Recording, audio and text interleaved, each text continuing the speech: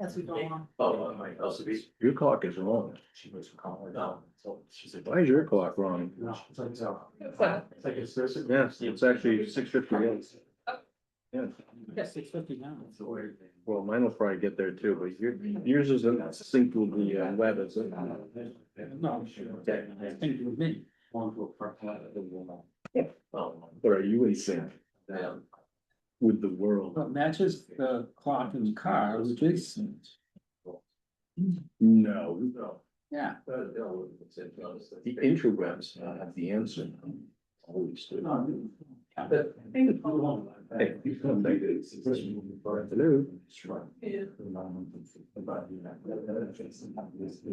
But it's not.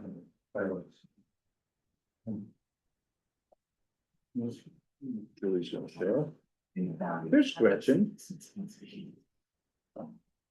Right on time. And no place to sit. He's taking one of our pages. Oh, there's George.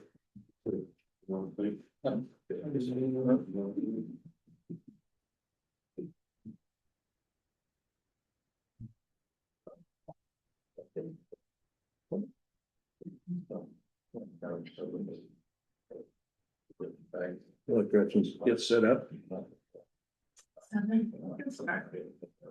I'm okay. All right. No.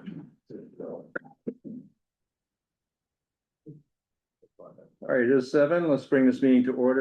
It's the Newburyport Conservation Commission meeting taking place in the Senior Community Center boardroom and on the Zoom platform.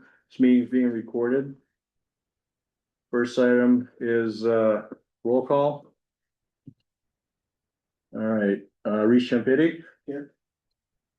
Janet Daisley. Here. Steve Moore. Here. Barb Riley. Here. Dan Warshall. Here. Julie Gottfredson. Here. And I am here. First item is 082nd Street.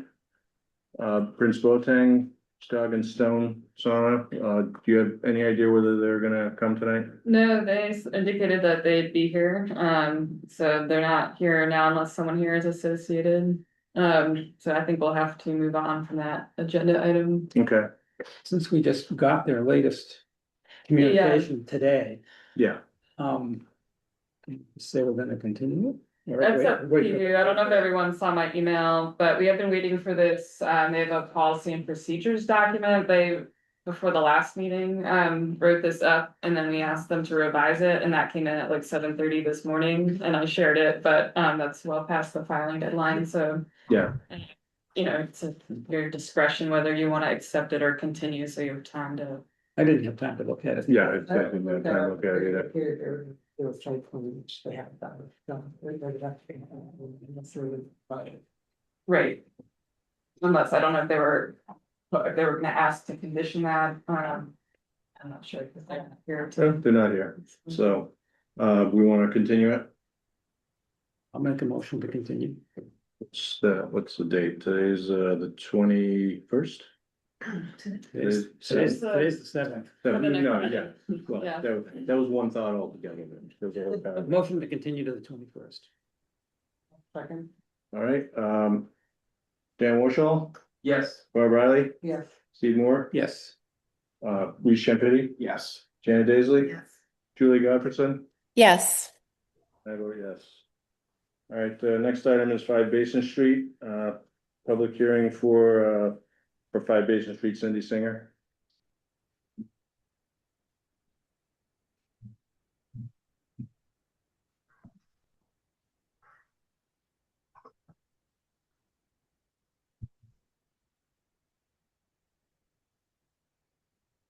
All right. Chairman, members of the commission, Tom Hughes with Hughes Environmental Consulting, on behalf of Cindy Singer. I've uploaded some things and I apologize for first uploading these in the Apple high efficiency image format, which. Oh, that's what that is. Yeah, you actually have to, depending on which version of Windows you have, you may have to download something from Windows in order for it to be incorporated into your photo browser, and then you can look at it. But Anyway, so I converted it to JPEG and I also put it into a PDF to make it easier. So I could rotate them so you could actually see them instead of turning your head to the side. No. So Thank you. there's a couple things. One was, the client sent this picture, which is not abnormal, just ice that kind of rams up into that area, which is one of the reasons for those vertical boards on the seaward side. We can go to the next page of that. So this is during, I believe during the blizzard of 78. This is a 1978 photo. You can clearly see the deck is there. The railing is what you see because, you know, Deck's underwater. deck's underwater. But it is there. If we go to the next page, this is taken more or less around the same time. You actually can see in the background the concrete block wall and timber bulkhead that used to be over there. You may recall during an earlier site visit, for those of you who were attending that, we kind of looked over and the commission, I think it was in the early or mid 2000s, required that be removed when the owner next door did a tear down rebuild. And basically you can see what's happened because it's been removed. The basin is basically eroded right up to that, where that new house is up on piles. But anyhow, you can clearly see the deck is in the foreground. This is again around that, this is certainly before the house was rebuilt. And I believe this was also, actually the next one I think is 1978. So this is around that 1978 era, again, sometime between 78 and 2000 when the house was torn down and rebuilt.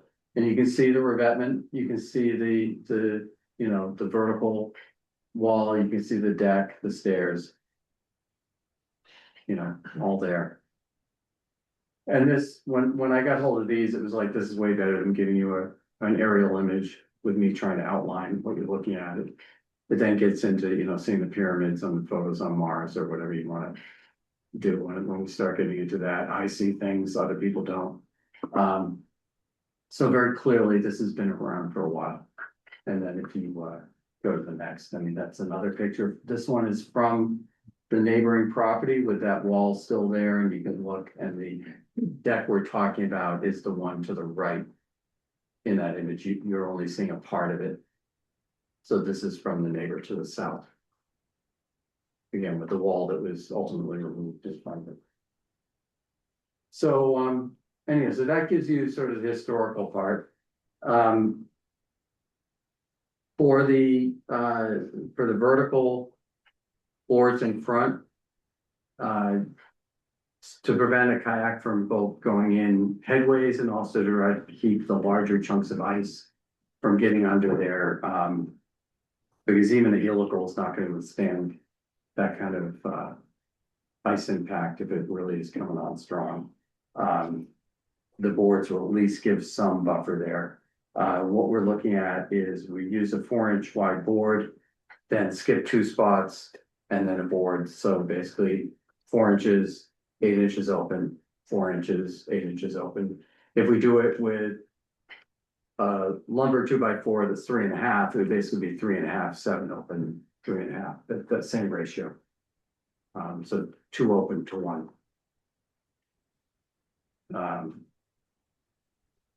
We also, I also included in an email a couple of other things. On the plantings, within the voids, because as you may recall, in the replacement deck, we're trying to lift a little bit higher, use through flow decking, and it will extend slightly further landward, but it will come up from the south and shorten its width. So we'll be uncovering some revetment at that southern end. And I indicated in the last hearing, we're willing to try to plant in some of that when we get up above the high water line. What we'll do is put sand in any larger voids and plant, salt tolerant grasses. Such as American beach grass, panic grass, switchgrass, those are all things that might take, we'll give it a best effort, we can't guarantee it's gonna grow, but it stands a chance of at least getting some vegetation in that. What about some seaside goldenrod? It does quite well down at Cashman Park, growing in the rocks. It doesn't. I mean, I think we'll have to purchase some Claritin with that, but, I mean, this is gonna be, you know, right next to an area It's where not goldenrod, it's a ragweed that causes, goldenrod has people who are allergic to it as well. But no, we'll certainly look at any salt tolerant, vegetation that's got a decent root system. That might take in there and give it an honest effort, and see what it takes. And then on the other side, on the north side, basically, we're talking about putting like 6 slow bush blueberry in that area. But what we'd like to do is, it would be in the area, if you remember from the site visit, there's like a mulch planting bed that runs along the property line down towards the water. It would be generally in the eastern end of that, where it meets the lawn. We're gonna lay it out in a way that makes some sense to the applicant. And then either send pictures to the agent or meet the agent on site to get approval for that location and adjust as needed to satisfy everybody and then put. so how high are low bush blueberries? In an exposed area like that, probably 2 feet. So they don't get very tall, they'll produce some nice berries. They're salt tolerant, but they do stain with salt. So we want them a little bit higher. If I put them too close, too far down, but you may remember on that side, the rocks are up pretty high because it's kind of a bulkhead wall that some of them are behind. It's okay, they get splashed, they'll get little dots on them, but they survive the salt just fine. Anybody who's been on the coast of Maine and picked blueberries knows that they do pretty well in salt air.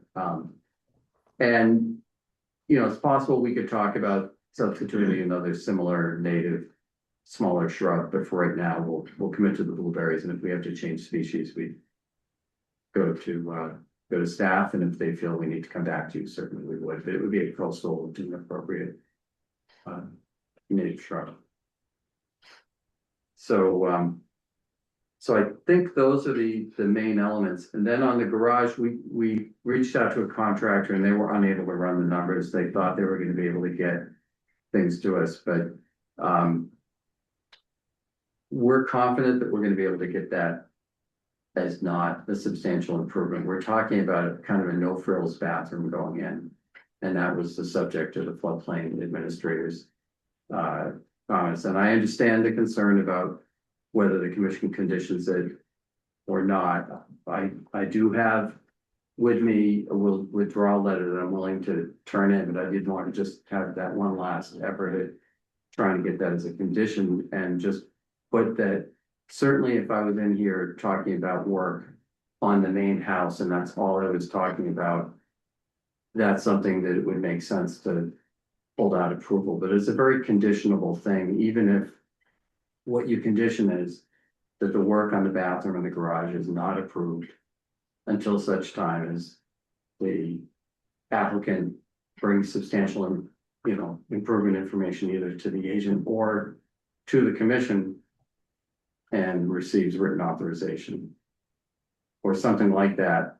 That would just avoid us from having to do another filing. Otherwise, we'll come back with an RDA or amend the order. But if the commission could see fit to finding a way to condition that, we'd appreciate it. Otherwise, I think they're actually in my backpack bag, but I'll hand you my controller. You had what?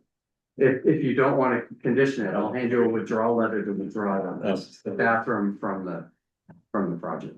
So Your site plan gives a proposed expansion amount. that's all internal. Yeah. It doesn't matter. So the work on the garage is debatably the stuff within the garage, not even an alteration.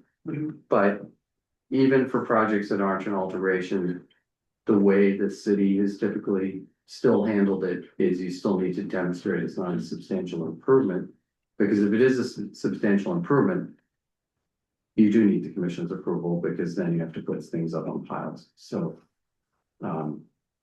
So it doesn't affect anything in terms of our impact numbers. It's all internal work to the garage. It's a matter of proving that we're not a substantial improvement. And because the assessor, and I forget the number, I think it's 15.6 or something like that, that the garage is assessed at. I don't recall. But just make sure everyone's following. The question is whether to kind of keep the garage work under the umbrella of this NOI, but condition it and say it can't go forward until we get the assessment information, et cetera. Or Tom has a withdrawal letter, which would kind of sever the garage work from the NOI, and this project would move forward with just the deck work. And the garage would have to come back later as an RDA. I think as far as the regs go, they're both valid legal ways to proceed. It's more of a strategic decision and what the commission is comfortable with, but those are the two options for the garage. Julia, I know you had some comments at the last meeting. Do you? Yeah, I have a question. So Kelsey, you just mentioned that both ways of proceeding are legal, valid ways to proceed. To me, having the commission vote to issue an order of conditions on a project that includes an element that has yet to be actually approved in one way or another, it feels like we can't approve that. When you issue the order of conditions, you're approving project plans. You can't then substitute out something and say, if something changes in the future, this will be allowed, or maybe not, within one order of conditions. To me, that's just like asking for trouble, and it's not a clean permit. I think that's a good point.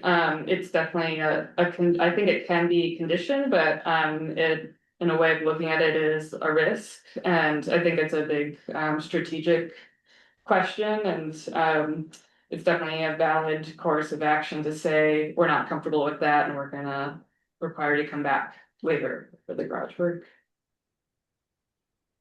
I mean, I think if the garage work had been approved by, like, if we had let's say we had all of the information from an appraiser or from the contractor, and we had an estimate in front of us that gave us an assurance that yes, it was not a substantial improvement, but it had yet to be like gone through the process with building, or it had yet to like be approved by zoning, then I would feel comfortable because we have all the information so that we can say, yes, this is approvable under this order of conditions as is. But we can't even say that. So that's why I'm so struggling with how we could even condition it. It's just, to me, that doesn't work. Can you come back and we amend the order of conditions afterwards? So you don't have to refile and all that? Yeah, so the two choices, and I would like to at least take a stab at how you might write a condition that I hope addresses Julia's concern, and I do understand it. We would either come back with an RDA or an amendment. An amendment would probably make the most sense to keep it all under the umbrella of one permit, because they kind of dovetail together, but it'd be one or the other. I think that since it's the bathroom in the garage that's one element of the larger project, that a condition could say that the bathroom in the garage is not approved until such time as condition number whatever is satisfied. So you No, basically say, I got to interrupt. I don't think that we can. I've never in my whole entire history on Conservation Commission, working for the commission, ever created a condition like that. To me, it's just completely not the right. I don't even know if that's legal, But if it is, even still, it's so convoluted. I would prefer, I mean, it's so simple to come back and ask for an amendment. For the commission to say, yes, this is all interior work. There's no appreciable impact on the dune if this is allowed in its current condition as not a substantial improvement. So that when you come back and say, we want to add this in as an amendment, it's easy. It could even be considered a minor amendment at that point because you're not actually changing anything outside of the footprint of that structure. So that's so simple, but putting it in, approving it, and then saying, well, maybe it's approved. If this, then that, within an order of conditions. I'm sorry, I can't, like, I couldn't vote for that. And another way, and this is very similar to how you worded other things, you can say prior to a building permit being pulled for the garage, this information should be submitted for review and approval by the commission. And that way, it's a step that can never be met if it's not a substantial improvement. And so, and that is very similar to the way you worded things. But as I said, I came with I understand your concern, Julia, and I did come with withdrawal letters, but if the commission could find a way that they're comfortable conditioning it, it does make things easier, and that way it makes it cleaner. If it is a minor, it's really more of a review and approval and a written, it could even be written that it has to be a written approval from the commission of that substantial No, improvement. I agree wholeheartedly with Julie. I think it's more than a substantive element to this part of the project, whether it is a substantial improvement or not, and to condition it. I agree with Julie 100%. So I don't see how we can move forward with that as a condition. And there's another issue too that, we just got information today that we needed to make a decision. So, obviously it didn't meet the deadline, and I don't believe we should be voting on something that we just got information the same day, which would also give you more time to get a hold of somebody or get some sort of an estimate. And or to submit the withdrawal before the next meeting.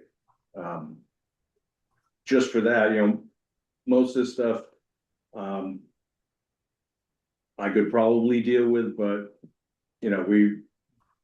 we have our rules too for information, so and that was something that was the pictures of the old pictures of the deck were something I wanted to see, so so I'm not ready to vote for it tonight either. I think Now, if we were to withdraw the garage, does that? no, because because the information I was far more, I was interested in came today or yesterday and today. Yeah. So, I mean, it's simple information, I get Yeah. that, but still, and I think having, at this point, you have at least two people who aren't gonna vote for it as it is now. Like that three. Okay, three. It, I'm happy to give you 2 more weeks to Yeah, contractor has to. get a contractor and to clear this all up. yeah, I mean. I think the applicant, I think would rather not have the garage be anything that's holding it up, and. The photos are pretty straightforward, like, did it exist then or did it not? And there's not much Mhm. more to them. I understand that. And the other things were things that. As I've said, I feel we met the regulations the way it was proposed prior, and we were trying to make it. More to the liking of the commission regardless. With those other 2 elements, which are. An agreement to put some plants in the voids of the rocks and to add some shrubs on that north side. So I feel like that level of information,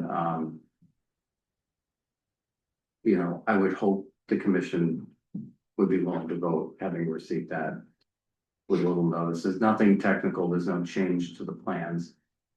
Well, how do people feel about, a withdrawal letter and voting on it? Well, I'm still not happy with the boards, the vertical boards. Although I think, but I guess. The reason for the boards is because the ice comes in and gets on the deck and moves it. So. Why do we need a deck? I mean, Well- you're trying to put something in that we're not happy with. To protect something that. we're Well, not real happy so with if, you know, either. if we, actually, if we can go back to the photos and you take a look.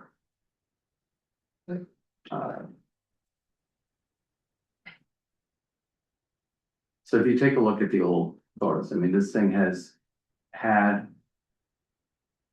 Vertical boards, like, go back to that last one. So this is the way the thing. Has been, you know, since. You can see the vertical boards are in there. The issue of. The vertical boards came up during the permitting in 2004, I think it was. And there was the concern about the reflectivity and erosion of the beach in front of it. And yet, since that time, the beach has come up over the base of the revetment. And it's because they're mid-revetment, they're not reflecting energy down on anything but rock. So they don't really have that typical negative effect that a vertical structure does. We initially, and the applicant would like to keep them the way they are presently, because that keeps everything from going underneath there. And it's much more comfortable bringing a kayak up against it in the summertime, and it keeps all that ice out, and maybe, you know, a board or two gets knocked out and they get put back up. In a bad ice winter, but it's easily maintainable. We went to 50% thinking, well, that's pretty similar. And you guys asked us to open it up more, and we evaluated that and came up with the most I think we can open that up. It's still a vast improvement over current and historic situation, but again, the reflection issue has not been a problem at that location. And it really should be based on, you know, we have sort of the evidence of what's happened over 40 years with that in place, that it's accreting sand, you know, up over the base of the revetment. So it hasn't had that negative effect. Now, if this were a vertical wall right down to the sand, we've seen what they do. We've seen, you know, timber walls, because you may recall on replacing coastal engineering structures in Dune. For years, DEP took the approach of, oh, we prefer a wall that has a smaller footprint. So we take out these big wide riprap installations and put in a vertical wall, because it was less dune impact, is the way they initially thought of it. And then we realized all this reflection was a problem. So. Tom, can you, oh, sorry, go ahead. Is it the vertical boards, to be clear, it's part of the deck, not part of the chapter 91 license. So some of the vertical boards are actually a bulkhead, and what we're doing in our maintenance application is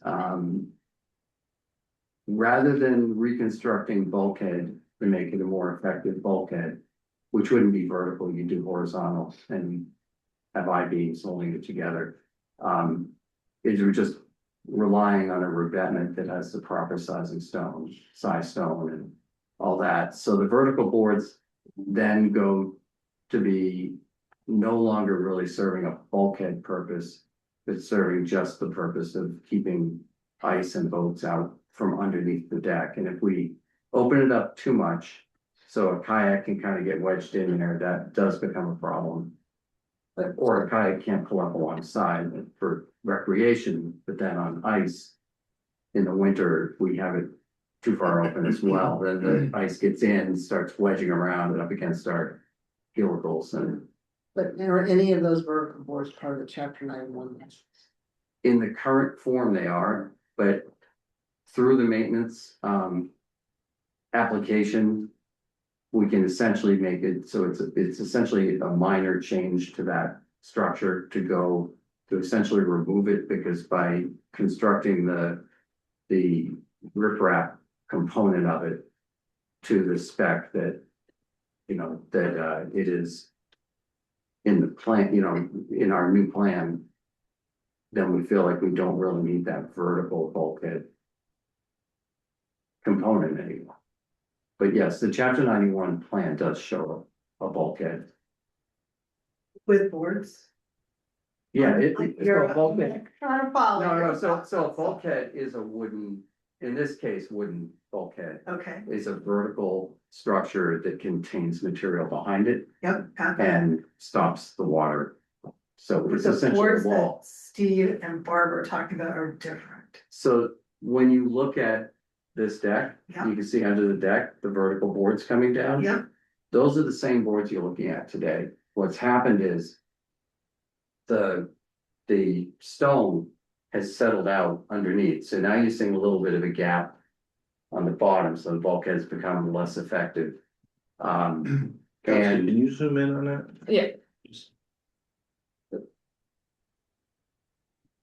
yeah, for that, the images are also in there and they may be easier, but you can see you've got stone right up to the base of those boards.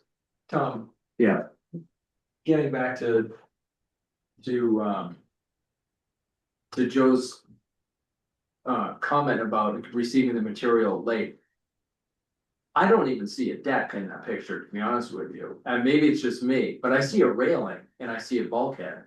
But I don't see a deck. It looks Yeah, like there's so a if you- railing and shrubs behind it, and so I don't feel like. so if you go back, if you can go to the other photos, unfortunately, the photo. So this photo shows the deck. Yeah, Right but that there. was very different from the other photo. Doesn't show the rivet. Doesn't show the stones in front. No, the stones are right there. Stones So you're right right. What's the one beyond it? So that has been removed. Okay, that's gone. That's the neighbor's And then, property. and then there's more stones put. Yeah, so you're Yeah. standing like on the mid to. Actually, it's about mid deck. You can see there's 1, 2, 3. 3.5 railing sections. You can see the stone down below. On your So- right. Tom, I see that, but when you go to the other picture, it looks like something completely different. It's just a different angle. It's there. The stairs are It's there. different time too, it's a different date. Right, Yeah, that house is gone yeah, too. that house is. No, not in that picture. That was just there. The house is still there. No, I'm just saying this house here Yeah. is not there anymore. Right, that house was replaced in 2000. With an order. But that's- this bulkhead's not in that. The bulkhead, the bulkhead to the property to the Right. south, It's not in that, it's not in there. right, and so it's a later date. No, it's off to the right. It's there. You're not Oh. seeing it because because if you take a look, you're not seeing the end of the deck on the right. But if you go back to the other picture, you see the end. Of the deck and the bulkhead comes right up to the end of the deck. So basically this. This kind of embankment, the stone. Engineering structure and the deck end right at that point. And when we did the site visit, you may remember there were still some concrete blocks that run perpendicular to the shore. But the ones that were running parallel were removed. And those blocks are still there on the neighbor's property. Can we go back to the picture that shows it head on? Oh. No, yeah. So there's vertical boards to the left of the stairway, correct? Yeah, that That's not bulkhead, being replaced, right? I believe that we're going to pure riprap on that side. I have to double check that structural plan. But yeah, there is a bulkhead on that side. It's in It's in. very bad repair. It's in bad repair, but it's functional more because it does actually go embedded into the stones. Referring to the chapter 91 license, I looked at that a couple of times. And I don't recall any vertical boards in it. So I don't, So they're not shown in the profile view, but it's shown in the plan view, the bulkhead lines, it's Kelsey, can you labeled as bring that bulkhead. up? The chapter 9. Yeah, it's in the full NOI.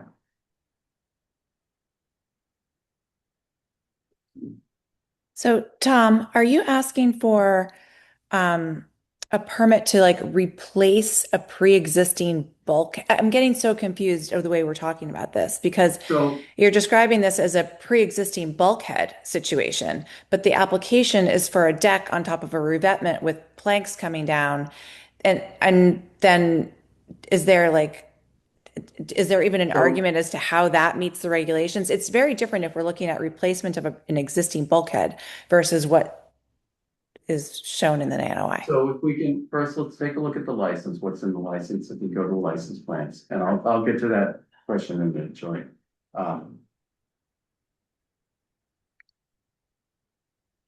Okay, so if you zoom down, you can see there's 2 rows of bulkhead, it says retaining wall. And I think somewhere in there is the word bulkhead, it may be in the license itself.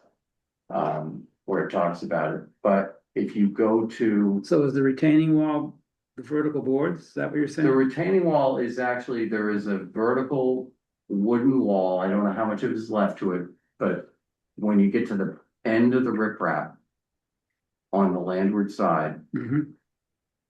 in there buried is a vertical bulkhead wall. Okay, so that's completely different from the vertical. And we boards are that not proposing to do that, we're replacing the stone in front of it. And we're using, sort of more engineered techniques to build that, we don't need a bulkhead wall, or shouldn't need a bulkhead wall behind it.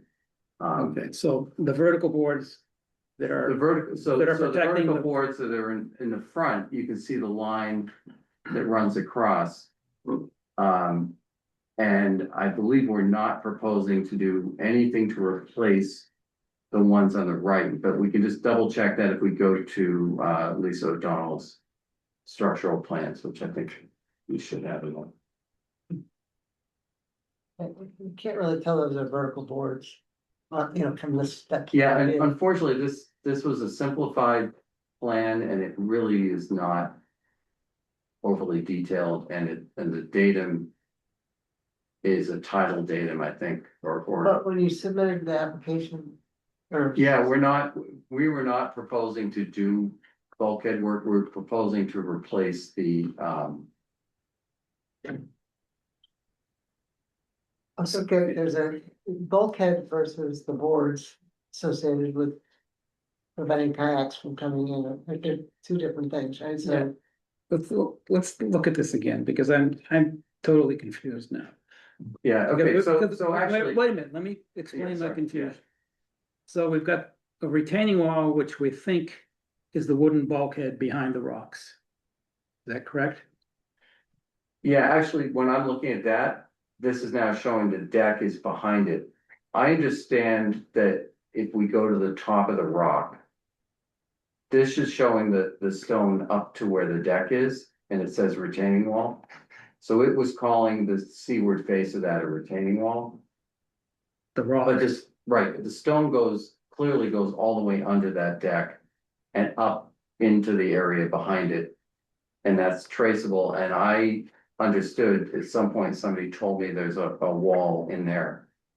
Behind all that mess, there's probably nothing left to it.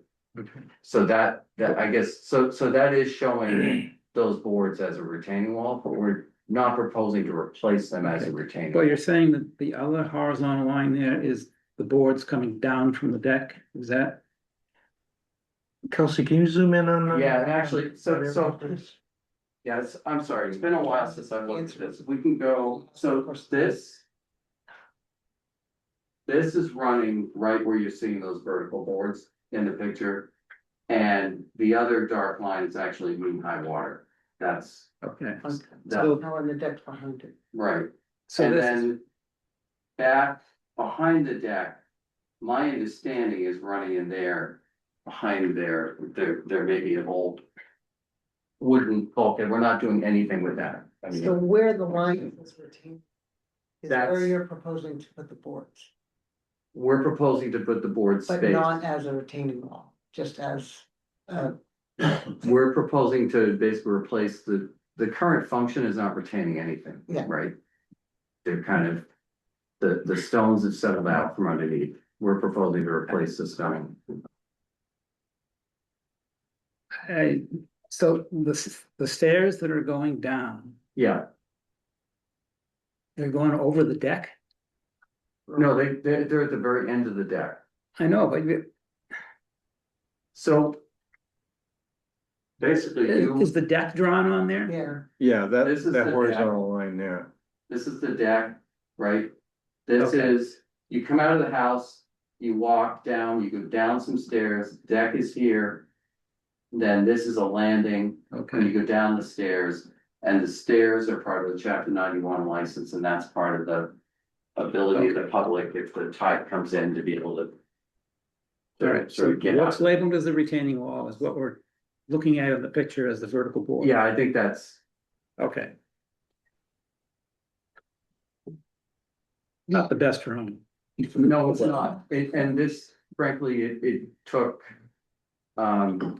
Our plan team a long time to get this plan rectified to the current survey to actually figure out the actual original cross section, just because of the way they did the vertical exaggeration and the way it's drawn is just not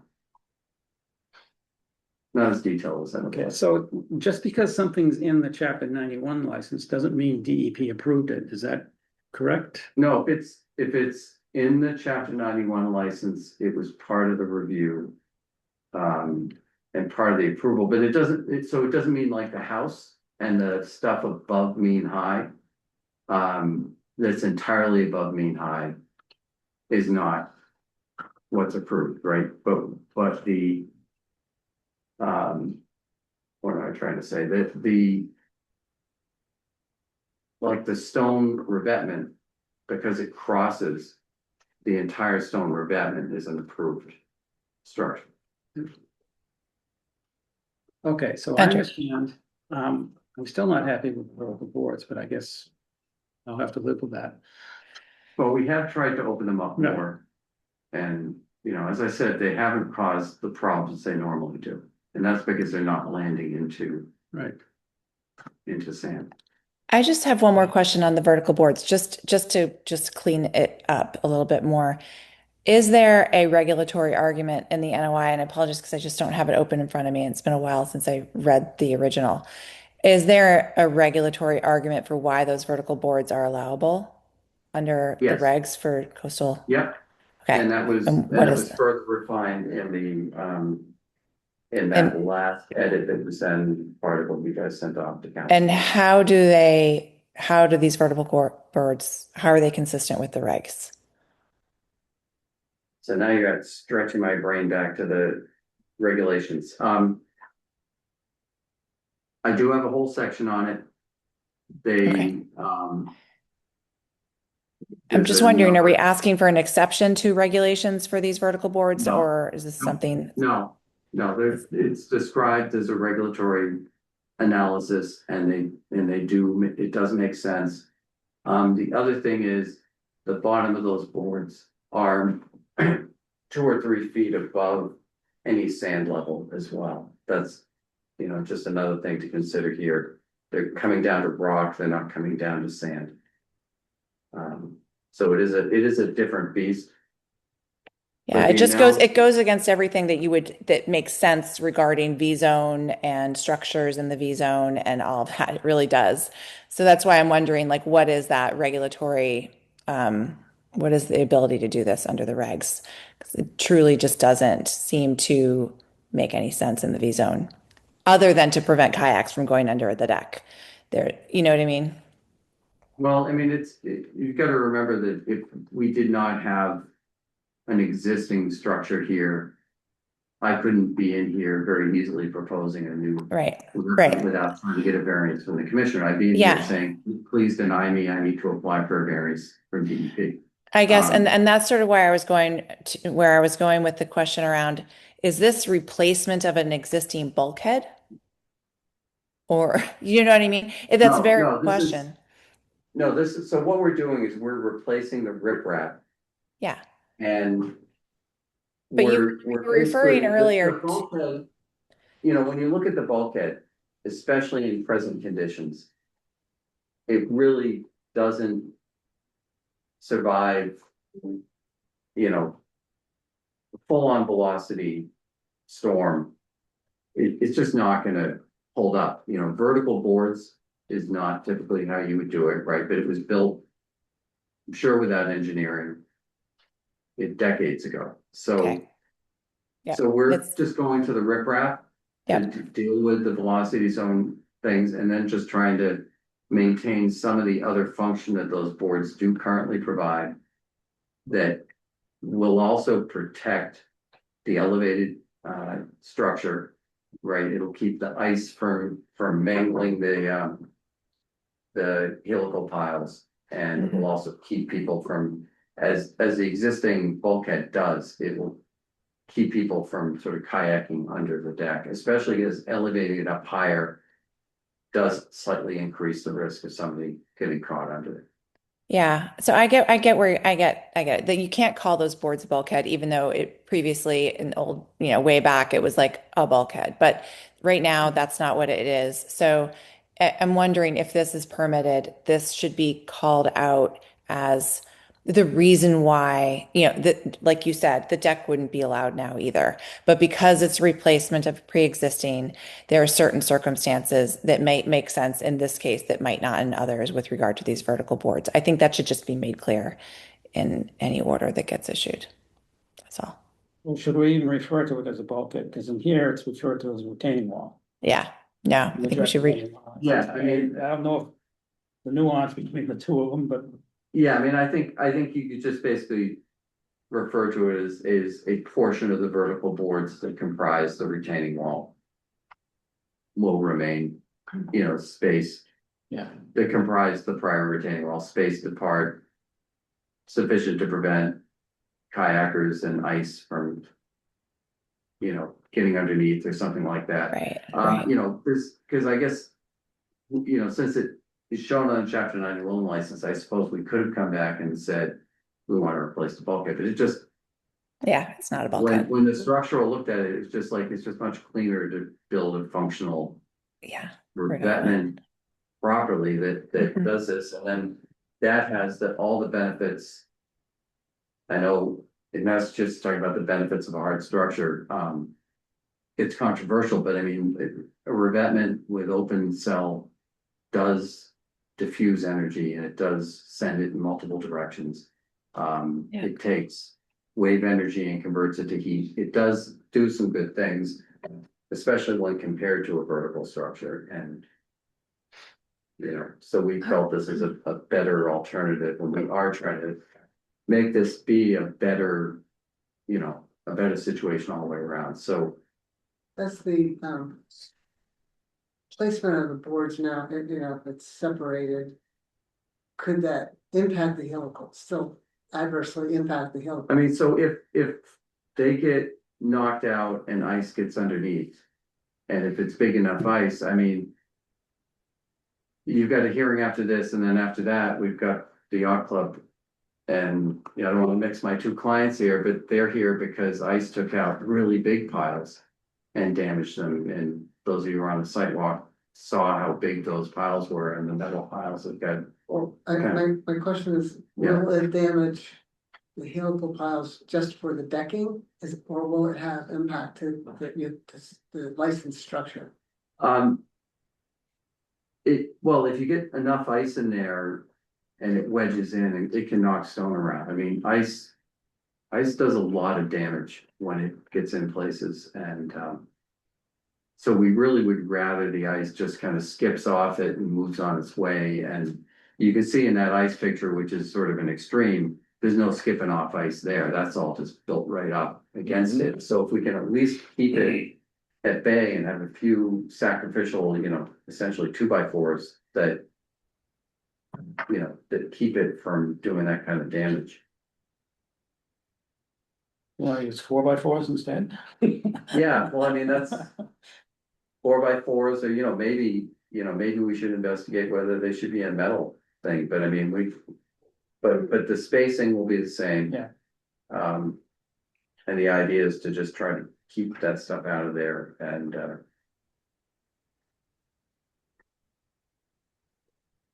and we do get rid of the reflectivity issue by having it that open. Yeah, I can say a lot of my confusion with this project stemmed from the fact that there's so little riprap there that you get confused on what lines are what's where. Cause Yeah. in this, you have riprap going out from what is the front of the deck, the retaining wall. And when we were there was like hardly any stone in front of the wall. Right, that's understand, and if you look, it's all kind of goes up behind it, and these plans really aren't very good at showing the landward limit of where that stone is. And when you're on site, you can kind of kick the ground and you can find it. And there are other plans, I think some of the plans maybe around the time the house was replaced might have shown that a little better. I think there are some other photos that may show that better as well. But Well, and there's stone underneath the deck. yeah, no, the stone goes all the way It's not underneath shown and behind the deck, right? Right, it's not shown on Yeah. it, which is also part of the confusion. Yeah, Yeah, I mean, these are. Because this was a simplified license, the level of detail DEP looked at for chapter 91 on this was. This was a simplified license for a structure that pre-existed. So I would have liked a better quality plan, but it just doesn't show that kind of detail. Okay, I think we're still in agreement, and we would like to continue in hopes of getting a contractor's estimate in 2 weeks. Yeah, I mean, I'll tell you the applicant, I think the bathroom is like the least important thing.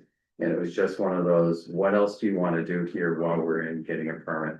And doesn't want it to hold up. If that's the only thing holding it up, then Well, if that's the case, would they just not do the bathroom at all?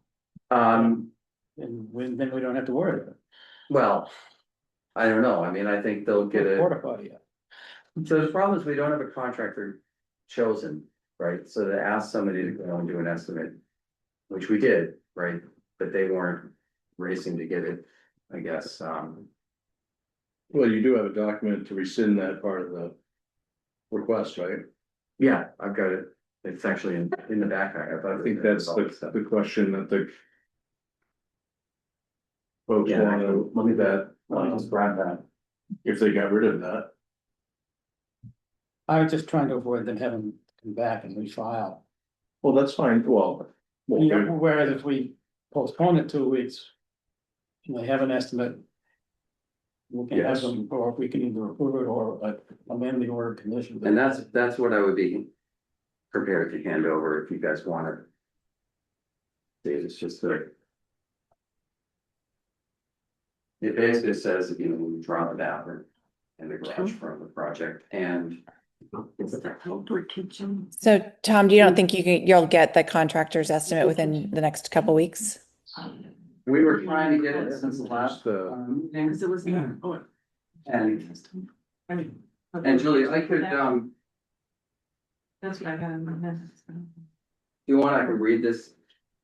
Just, because Julie, I know you're out there. and I Sure. Have it to put up, I basically said,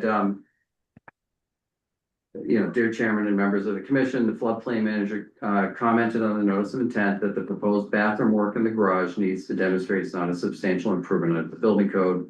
This is largely due to the low valuation the assessor applied to the garage. The bathroom as proposed is nothing fancy, and we would expect it can be demonstrated it's not a substantial improvement. However, we do not have a contractor on board yet, and this work is entirely inside the garage, so we hereby are withdrawing the bathroom from this notice of intent. Once we have a contractor on board and have the documentation to demonstrate it's not a substantial improvement, we'll file an RDA or amendment to the order of conditions for the commission for that work. And we ask that you proceed with the remaining proposed work in the meantime and issue an order of conditions for the project. But that's pretty simple. Mhm. not too fancy. Okay. And And how does that work for people? I guess. Works for me. You get some better Julie, that work for you? Yeah, so that's essentially withdrawing it from the project and then it could be it could be added back in as an amendment. And I think that's very easy. yeah, and I think with the letters saying it, it makes it easier to do it as an amendment, even though I don't think it's an alteration under the Wetland Protection Act, but I think then the record reflects that we said that was part of our, was RDA environment. Mhm. People are fine with that. I'm Okay. fine with letting go with the document submission today. I appreciate that. All right. Yeah. Yes, so Is there anybody in the public who wants to comment on this? Raise your digital hand if so. All right. I don't see anybody. All right. A motion to close the public hearing? Can I get a second? Second. All right, Lee Champity, Yes. Chad. Wait, yeah, I know you're gonna sit there and stare at me, right? Thanks. Appreciate Turn your it. name tag around. And how do you vote? Yes. Oh, good. Steve Moore, Yes. Bob Riley, Dan Warshall, Yes. Julie Goffredson, Yes. and I vote yes. All right. I Sorry, have to Chad. say, if I were to close my eyes when Reese votes, I would think I was on the zoning board. Well, yeah, I was gonna You say. know, you've got your father's voice to a T. All right, you answered my question. All right, all right then. What do we have for special conditions for this one? I had included some suggestions in the staff report. So these are not final, but just ideas. And this was prior to getting Tom's email today about the planting, so maybe we'd incorporate those details. The construction access, I think what had been discussed is that there's kind of a default plan, which is coming down, I think is at 64th Street, but if that were to change, you'd have to come back, if it substantially changed. If I think what we said is that's our default plan, but we still would expect that as a condition that we provide you with it. With an actual construction. access Right, that plan. was, yeah. Thank you for that. And you had mentioned as part of that, there might be a need for some addition of sand, so just the regular, that would need to be clean and compatible. I'd review it. The city has kind of a specifications sheet for sand on Plum Island. This also, I would replace with the language we discussed tonight. I called it lattice, calling out the right terminology, that's but bad. the Yeah. 50% open I wonder if it should be called guarding. guarding, yeah, vertical board. Hmm. I won't call it that. And then the perpetual condition, we might wanna think about putting something in there because, I believe this is a 19.9% expansion in footprint with all the project put together. And if it goes over 20% in our regs, that's redevelopment, it triggers more elevation requirements, we might just wanna make sure that's called out. But again, this was, not an all-inclusive list, so if any commission members wanna add or edit. This is just kind of to get the conversation started.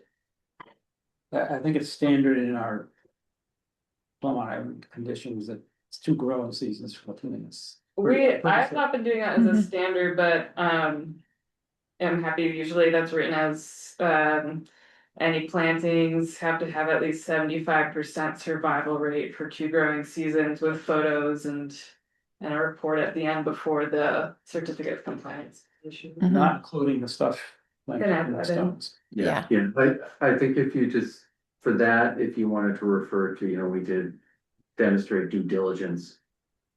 in trying to get it established Mhm. somehow. I'm not sure, show you that we put in the materials, provide photographs and,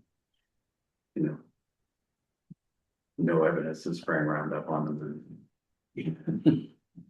But, Wait, I mean, go. something short of making it required that the stuff in the revetment.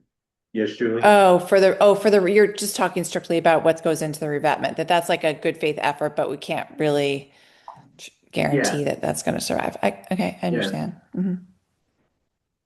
Yep. Yeah, the blueberries should survive. Yeah. Mhm. Well, didn't you start a database of some sort for the 20% properties that, We don't have a database of that.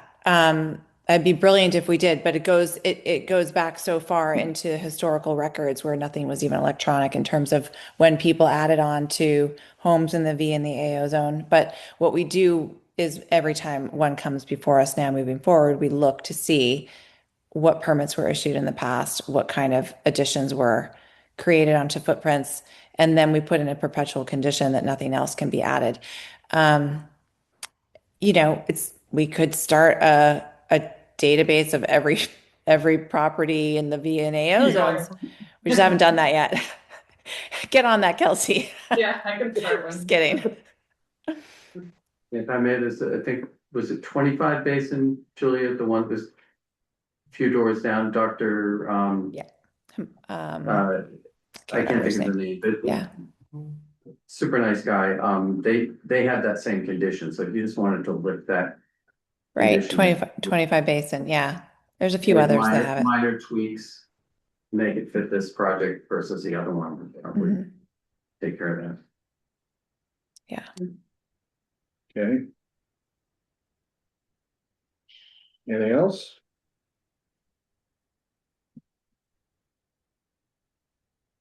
Okay, the motion, I'll issue the order of conditions. so moved. Second. Janet Daisley, Yeah. Reese Champitti, Yes. Steve Moore, Yes. Barb Riley, Yes. Dan Warshall, Yes. Julie Gapperson, Yes. and I vote yes. Thank you so much. It's only been a year. No? A year and 2 weeks. And 2 weeks? I do But think who's we've had other counting? things that went longer. Yes, we have. But I've been working on it for 5 years.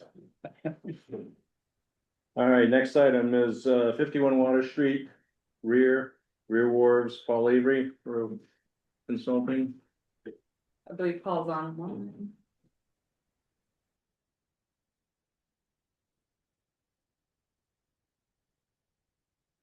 Yeah, I am here. So when we last met on this a few weeks ago, we had talked about the SPCC plan, and the commission continued the hearing under the request to have more time to review the plan. I trust at this point you've done that. It is out of date, and the update we have is that we have retained a consultant to update it. The first thing they're going to do is bring it into to reflect, just update it the way it is. And then when this tank is installed, they will then update it again to reflect the revised configuration. I don't have an anticipated completion date for the first part of it yet, not from them, but I would think that it would probably, best guess would be sometime during the month of May. And that's where we're at. I had one question regarding, we got the two tanks, we will have the two tanks with an active fuel line running through that gap and around. If there is a spill from the tank that is presently there, and you've got a new fence there, how are you gonna get there to remedy that? You've got a gas line, you've got a fence, and you've got close quarters. Well, there's a fence around the existing tank too. So that's important to have for security. There's a lock Right. gate that's big enough to get into, and then there are bollards, protecting it from incidental collision if somebody drove through the fence and hit it, that kind of thing. And that's it. So basically the access in here is through the fence. If for some reason this was a catastrophic fill and you need to get some big equipment in there, you just would cut the fence open. It's just like chain link. It's not like a I major know, but wall. what about that active fuel line? What, Well, the active fuel line Right. is it, that's in the way of getting access to where the spill has occurred.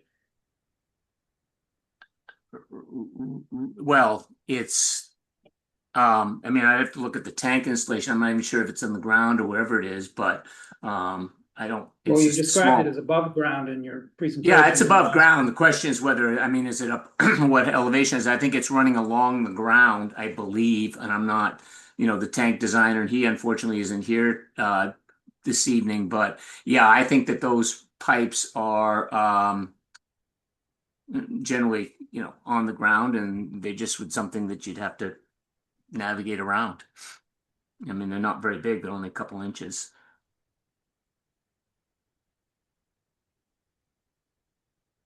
I don't think they're going to obstruct access. Well, I certainly wouldn't want heavy equipment. And actually, but you're not gonna get anything very big in there to begin with. There's not much of a gap between the two tanks. I'm just concerned about more damage. Maybe you can address that in this document that we don't have. The updated SPCC plan, sure. Yeah, I'm glad to hear that you're updating the plan for, for the existing operations. Will it be done before you start? Dispensing, and the marina is not open, right? For dispensing right now? Or is it? Are you fueling? I don't think the docks are in the water. Yeah. Yeah, okay. So I guess will it be done before you start fueling, because there's definitely some major updates that need to happen to it.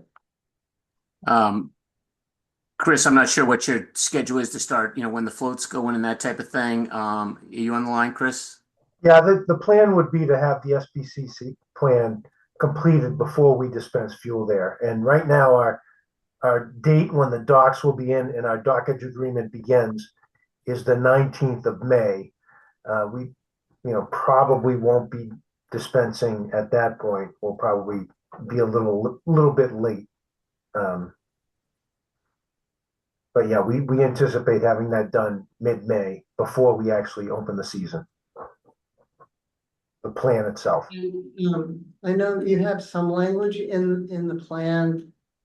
That attempts to tell voters, I guess, that they need to be careful and not have, not overfill but I think there might be some additional language that could be added for prevention, for the voters. When you're updating it, I guess, since there was a release there last fall, I think that's important to take a look at a little more closely to see what more can be done to prevent something like that happening again. Yeah, I mean, all the measures are going to be reviewed, by the environmental specialist, the compliance specialist who's looking at this and can, dive into that in as much detail as may be appropriate. And the documents available for viewing, I mean, we will certainly, provide it, but even if the matter is fact is anybody can just walk up and ask to see a copy of it. So, yep. so in that current plan, there's language that says because the tank is 9,900 or 9,500 gallons, it doesn't go over some 10,000 gallon requirement. If you have two tanks there that now are more than 10,000 gallons combined, are you over that requirement, or because they're both 9,500 gallons each, you don't have to comply with whatever the next level of requirement is? Right, I don't, it's my understanding that we don't need to have, and I think what you're talking about, I mean, we're over the threshold for requiring an SPCC plan. So we have to do that regardless. And then I don't think we need the secondary containment above and beyond this, or the secondary containment that's provided by the double wall tanks suffices. And if that's not the case, we've got somebody who's up on their SPCC regulations who will point that out when they do the plan. When I called the state Department of Fire Services, they said it was a per tank. If they're over 10,000, they need a state level permit. They did say, of course, that each tank needs to be permitted by our local fire department. So Paul, I was just gonna ask if you had any conversations with our fire chief, or if there's any updates on seeking a permit from the local Newburyport Fire Department. I haven't. Chris has, or Mike have either of you been in touch with the fire department on this? We had an initial meeting with the chief, who had expressed that he wants to see the final plan. But his biggest thing was making sure it was safe to the public, so that was making sure we had a fence around the tanks.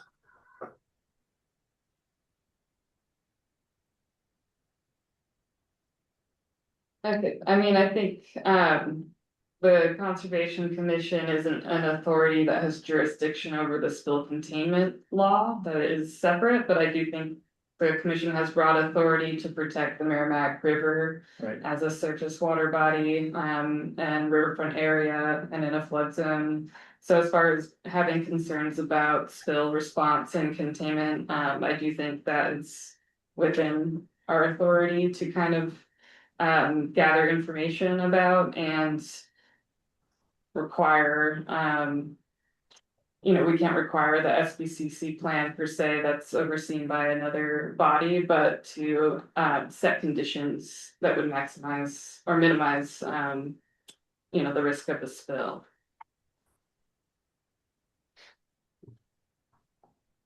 I think ideally we would have liked to have the final SPC or the updated SPCC plan before Yes. looking at this application. I'm not sure how critical the timing is here, if it's something that will be done in the next few weeks. Chris and Paul, is it in the realm of possibility that the commission can see the updated plan before having to vote on this NOI? Again, I don't know what the estimated deliverable is on this, but I would guess it's probably on the order of a month. I don't know where that leaves you, Chris, with respect to ordering equipment and things like that are a critical path to getting this installed. So that's my view of it. Chris, Yeah, if I may, regarding any leaks between the tanks are Hey, Mike. separate. Mike. This is Mike. Yeah, Yeah, I'm sorry. Can you introduce yourself, please? Yeah. Yeah, I'm sorry. My name is Michael Trask. I'm from Hall Trask Equipment Company. I represent the equipment that's going to be going on site. Also, my engineer is working over this project as to making sure that all piping and equipment is installed per NFPA 30, the current fire code for installation of these tanks. The tanks are separated at proper values to meet the fire code. Also very serviceable. If there was a leak, I don't know if the word like a major leak was said. I know that the impact was talked about with bollards and things like that, but the all leaks and everything, all the piping is completely serviceable. The actual installation will be far more serviceable and maintainable in the format that it's going to be installed in. Everything is visually inspectable. The way it's going to be installed, everything is very, very serviceable. Regarding the pardon me, the last concern that was put out there was timing, I think, Paul, is what you were talking about. The equipment has quite a long lead time, so we would like to get the equipment on order. I know that we have to go through this process, but the equipment, does have long lead times, and we're trying to make sure we stay on a pertinent timeline for the customer here.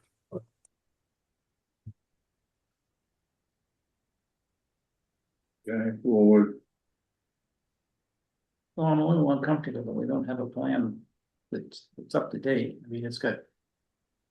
So the last time Enpro doesn't even exist anymore, is in there. There's perhaps names and phone numbers of people who no longer work for them. I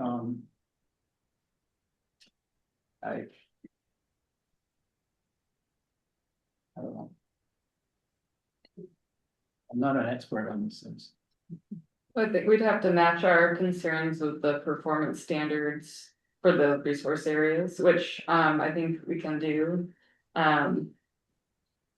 This might be an instance where the commission wants to gather more information or take the time to go through the current SBC plan and match it to the performance standards. You can always condition things, but that gets into the conversation we just had where conditions are also a risk. They're not something that you have in your hand for the day you're taking the vote. Well, so, I mean, other than the fact that some of the contact information is outdated and you've had now, I think, 3 weeks to review this plan, are there any specific concerns or comments on the plan or that the commission makes the commission uncomfortable?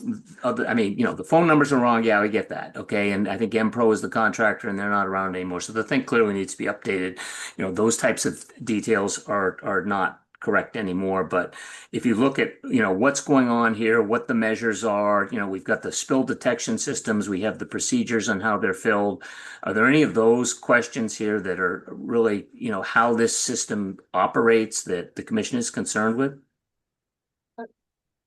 I mean, I guess my concern is some of those details because it's direct reflection on response. It's not, the SPCC plan is, I think every bit of it, you can argue that it's related to protecting wetlands and the surface water.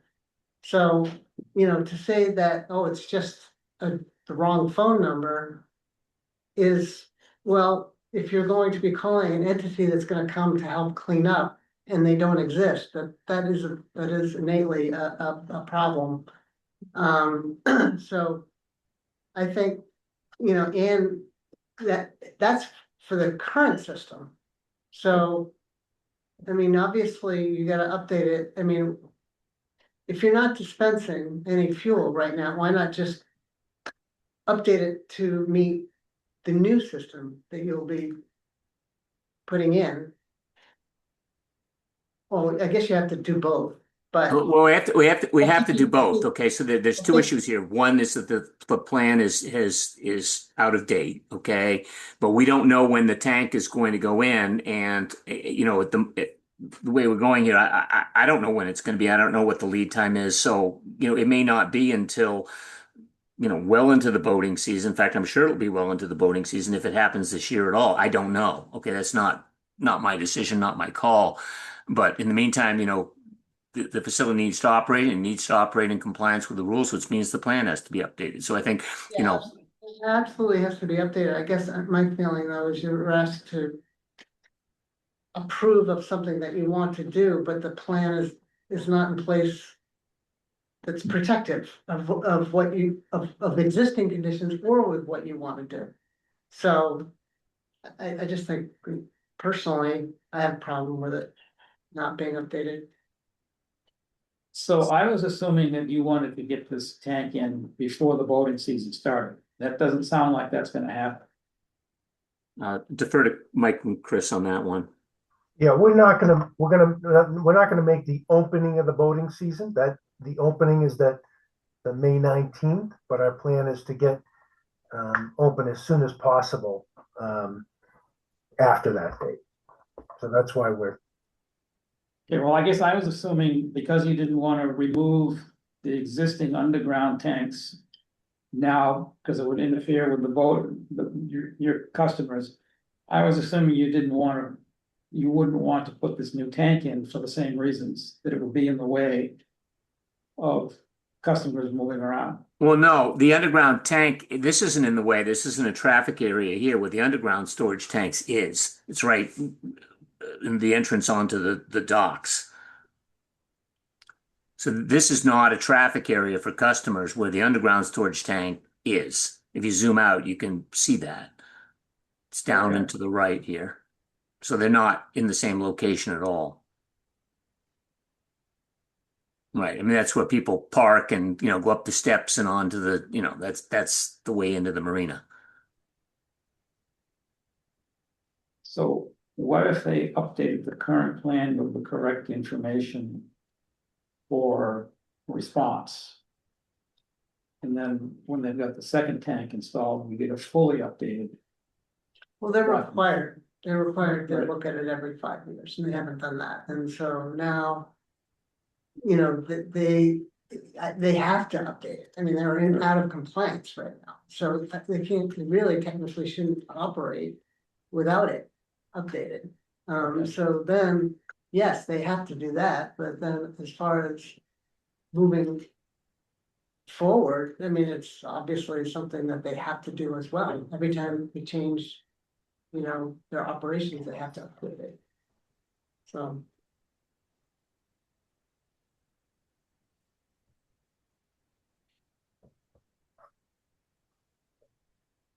So, I mean, when they go and do the certification, I mean, they'll update the phone numbers and the contact and all that, but basically the professional engineer that comes in and does it is going to come by and certify and look at the whole thing. And, what have there been rule changes since 2010 when the last one was done? I don't know. There may be, so basically, there's more than just the clerical details on this thing. The whole thing should be reviewed to make sure it's in conformance with, current regulations and current best practices. That's what we're hiring somebody to do. If it was just a question of changing the phone numbers, I could have done that myself in the time available. It's not just that, like, for example, because you already had a release. You should have looked at it at that time. What happened, there's forms that need to get filled out. That you need to keep with the SBCC plan. It's just actually following the plan, which didn't actually happen in some cases, that I can tell.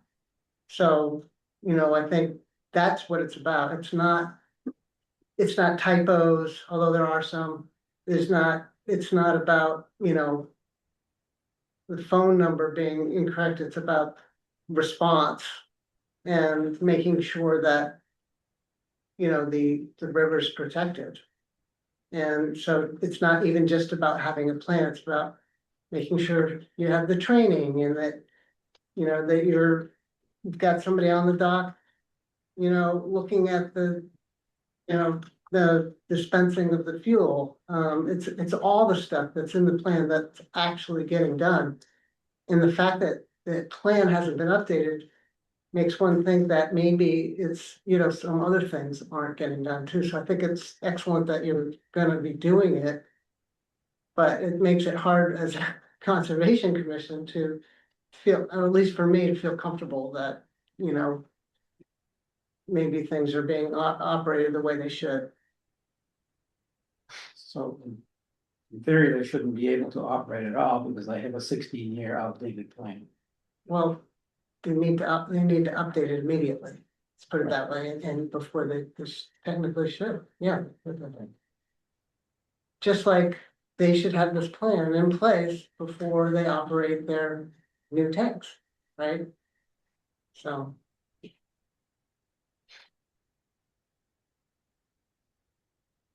It sounds like the plan's a sticking point, right? We don't want to move forward without the plan. The other parts of the plan, he also asked if we had any questions. I don't have questions on the other part of the plan. Do you guys beyond? I think you're right, Barbara. It's really key to have that plan in place. But the other parts of things, do we have anything else that's concerned? It looks to me that, they're using, qualified contractor, you know, designer for the tanks, but we're just making sure that there's secondary containment, they are doing that. That there's alarm systems and stuff like that, they've addressed all those questions.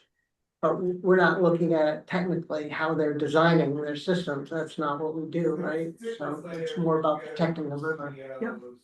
It sounds like we're not comfortable moving forward without having.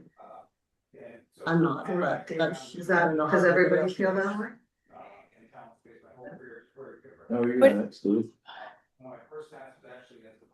Still thinking. I mean, I would agree that it's really important to have in this, we don't usually see projects that need this type of operation and maintenance plan. So it's a little different than asking for like a stormwater operation and maintenance plan, but we would ask for that, as well too, as part of the permitting process. So I think it's consistent to require this here, given the location and given the materials involved, et cetera. I tend to think it might fall under the category of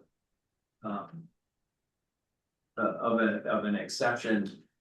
In that if they can provide us with that document prior to the construction, which it sounds like they would have to have anyway. Because it needs to be in place before they start dispensing fuel there.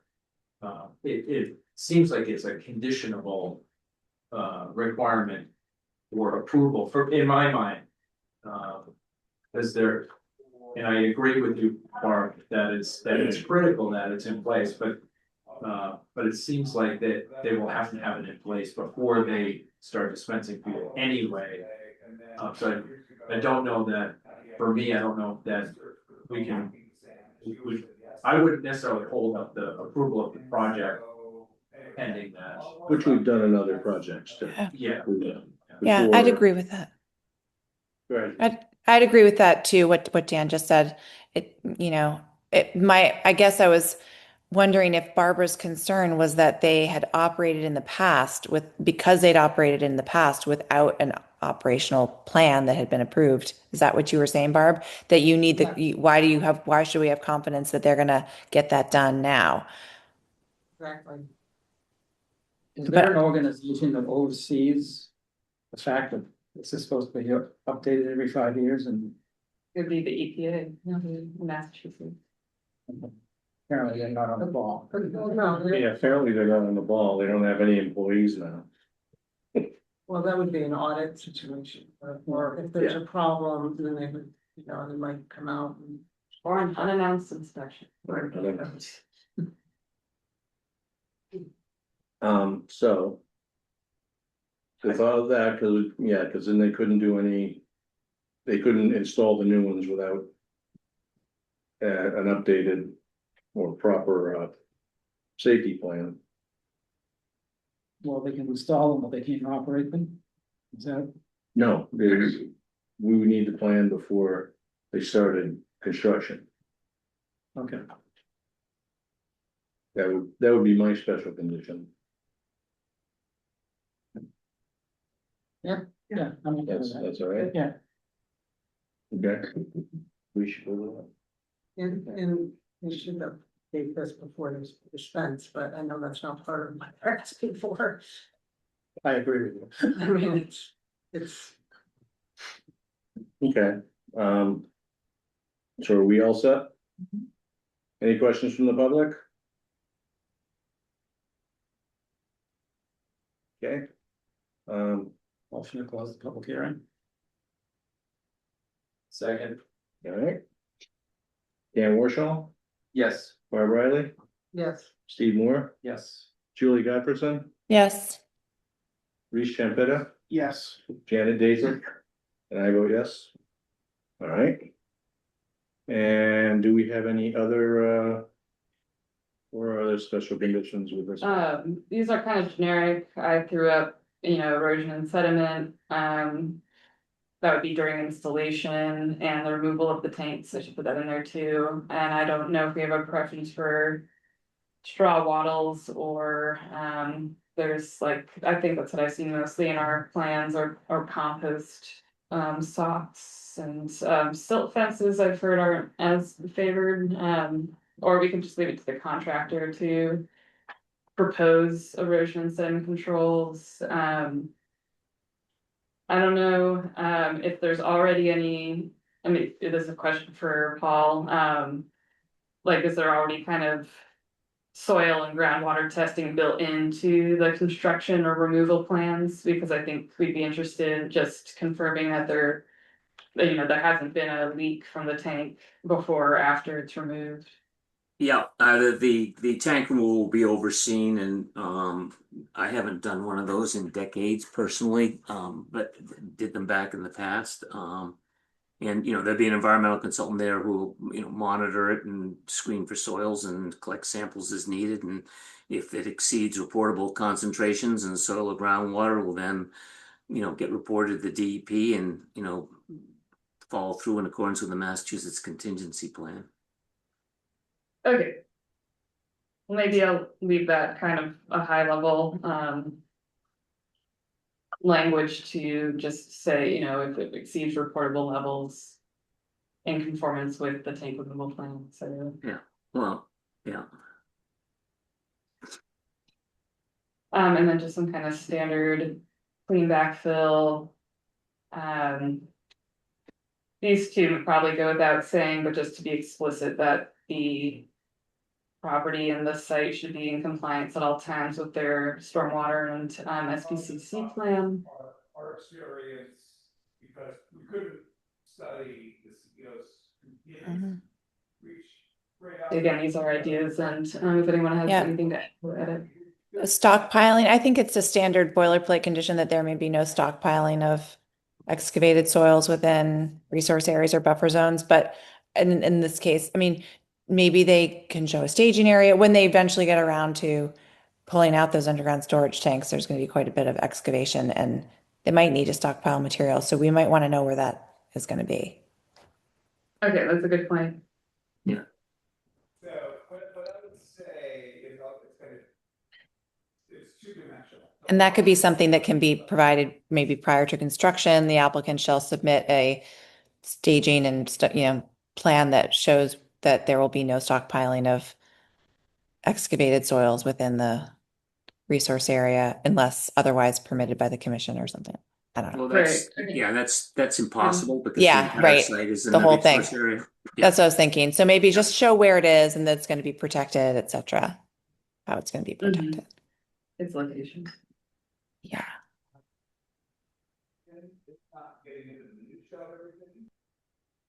All right. Will you be able to see the plan? Are they gonna provide us with a plan?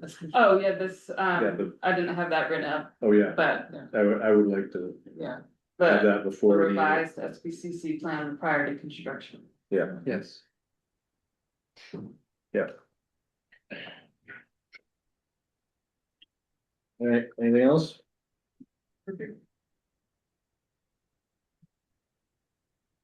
Motion to issue the order of conditions. Second. All right, Janet Daisley? Yes. Reese Champitti? Yes. Seymour? Yes. Bob Riley? yes. Dan Warshall? Yes. Julie Goffredson? Yes. And I vote yes. All right, thank you. Thanks. Thank you.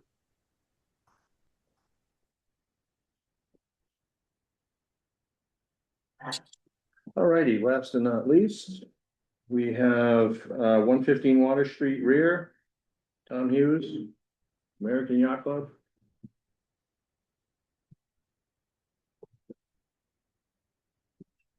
All right, finally meeting one. So, You can't start construction. so when we were last here, we were still waiting for natural heritage comments. They came. My first read of them, I probably overreacted a little bit to the language, but it was also written, I spoke with the analyst late at night because they've been working a long time, and the way it was written made it sound like we were gonna have to do an entire species protection plan, which generally means a pretty beefy document. And after talking to her we're fine with those conditions as written. Basically, we're just gonna have to provide information on the bubble curtain and, no more than 1 page document for doing piles. They also had seen where we had mentioned the pier replacement. Although our notes were saying that was something separate, but saw that and they thought that was part of the project, so they'd written something that was a lot broader than what I typically would see on this. So you're okay with these? Yeah, they're fine. I mean, so the thing that made me feel like this could have been simpler, and I still feel it could be simpler, but this is fine, is the exceedance of 187 decibel for the cumulative sound exposure is a sound level that, first of all, wooden piles hardly ever get, and vibratory wooden piles really hardly ever get. Typically, a vibratory wooden pile is in the 130 to 150 range. Vibratory metal might get up to 170, but it's really the hammer stuff, especially on metal, that really conveys. So I was looking at this saying, this is way overkill. Normally, when I say a bubble curtain around a wooden pile, the bubble curtain's like an extra add-on to be more protective. And they usually just, it's an immediate sign off, but there's a natural heritage looking at the fact that parts of the NOAA folks that normally comment on this, their staffing was cut pretty severely, so they're feeling like they need to make up for the lack of a federal involvement and sort of beefing up the language of some of the conditions. So, I've got to respect that, and we can meet this condition, so I think it's fine. And I think this is really the only thing we were waiting for on these. And I do also want to mention that I did confirm we are actually using the green heart file, so it will be.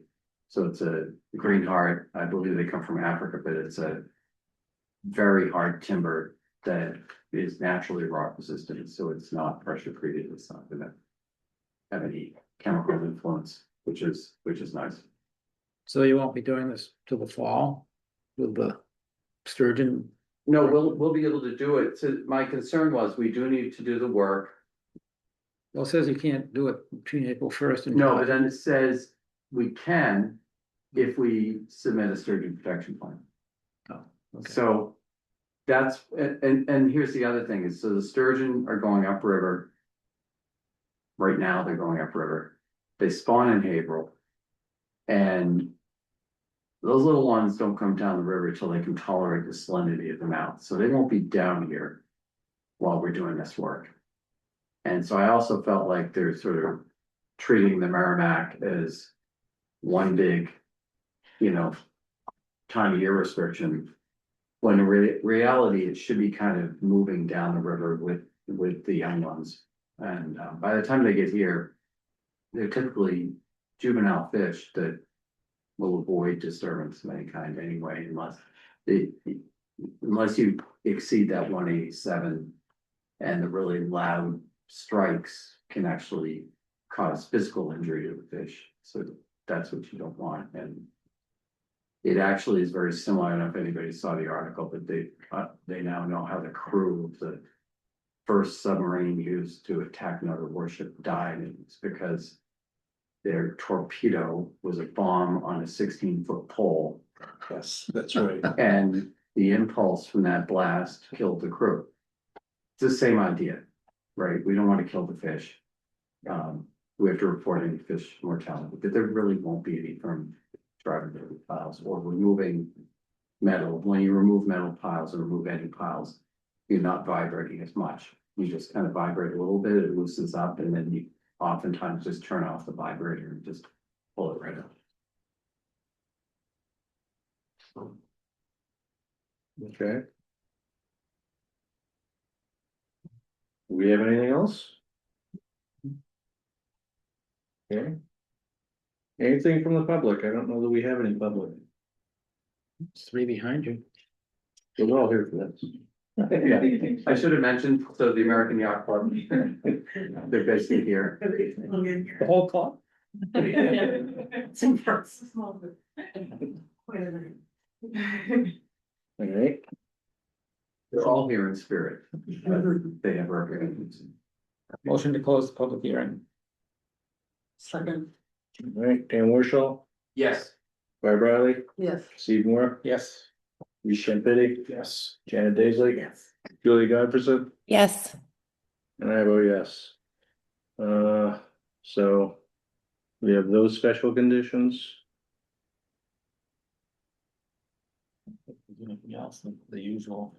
Yeah, I put some in the staff report prior to this coming out, and I think they're mostly superseded, the bubble curtain, I think, is probably. It's more detailed in the mass wildlife requirements.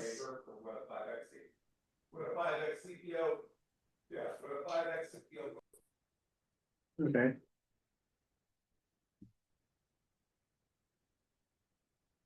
I'll take another motion. Motion to issue the order of conditions.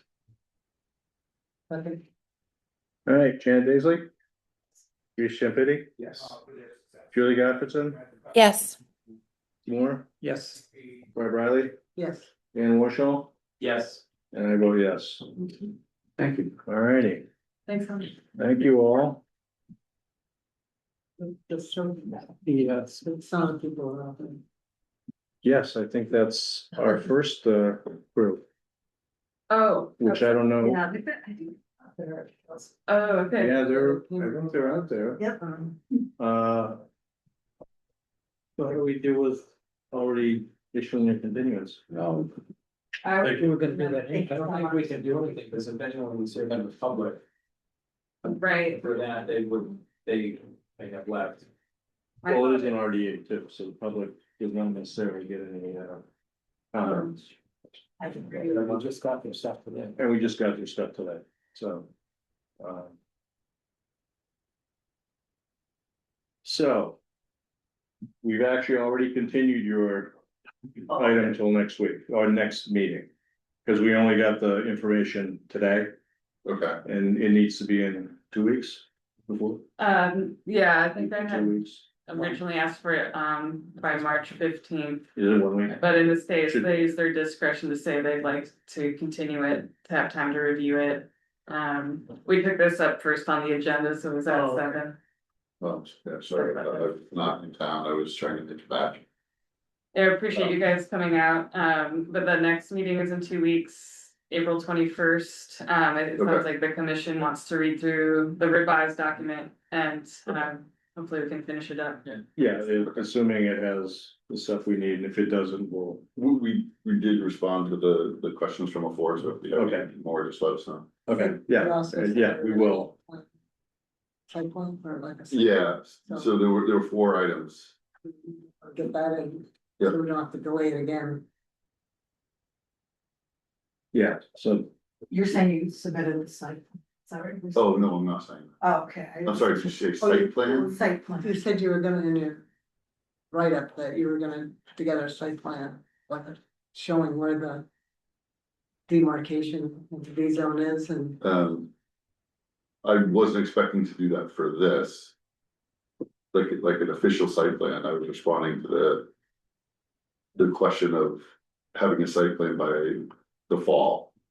Oh, But we can certainly provide a Oh. drawing.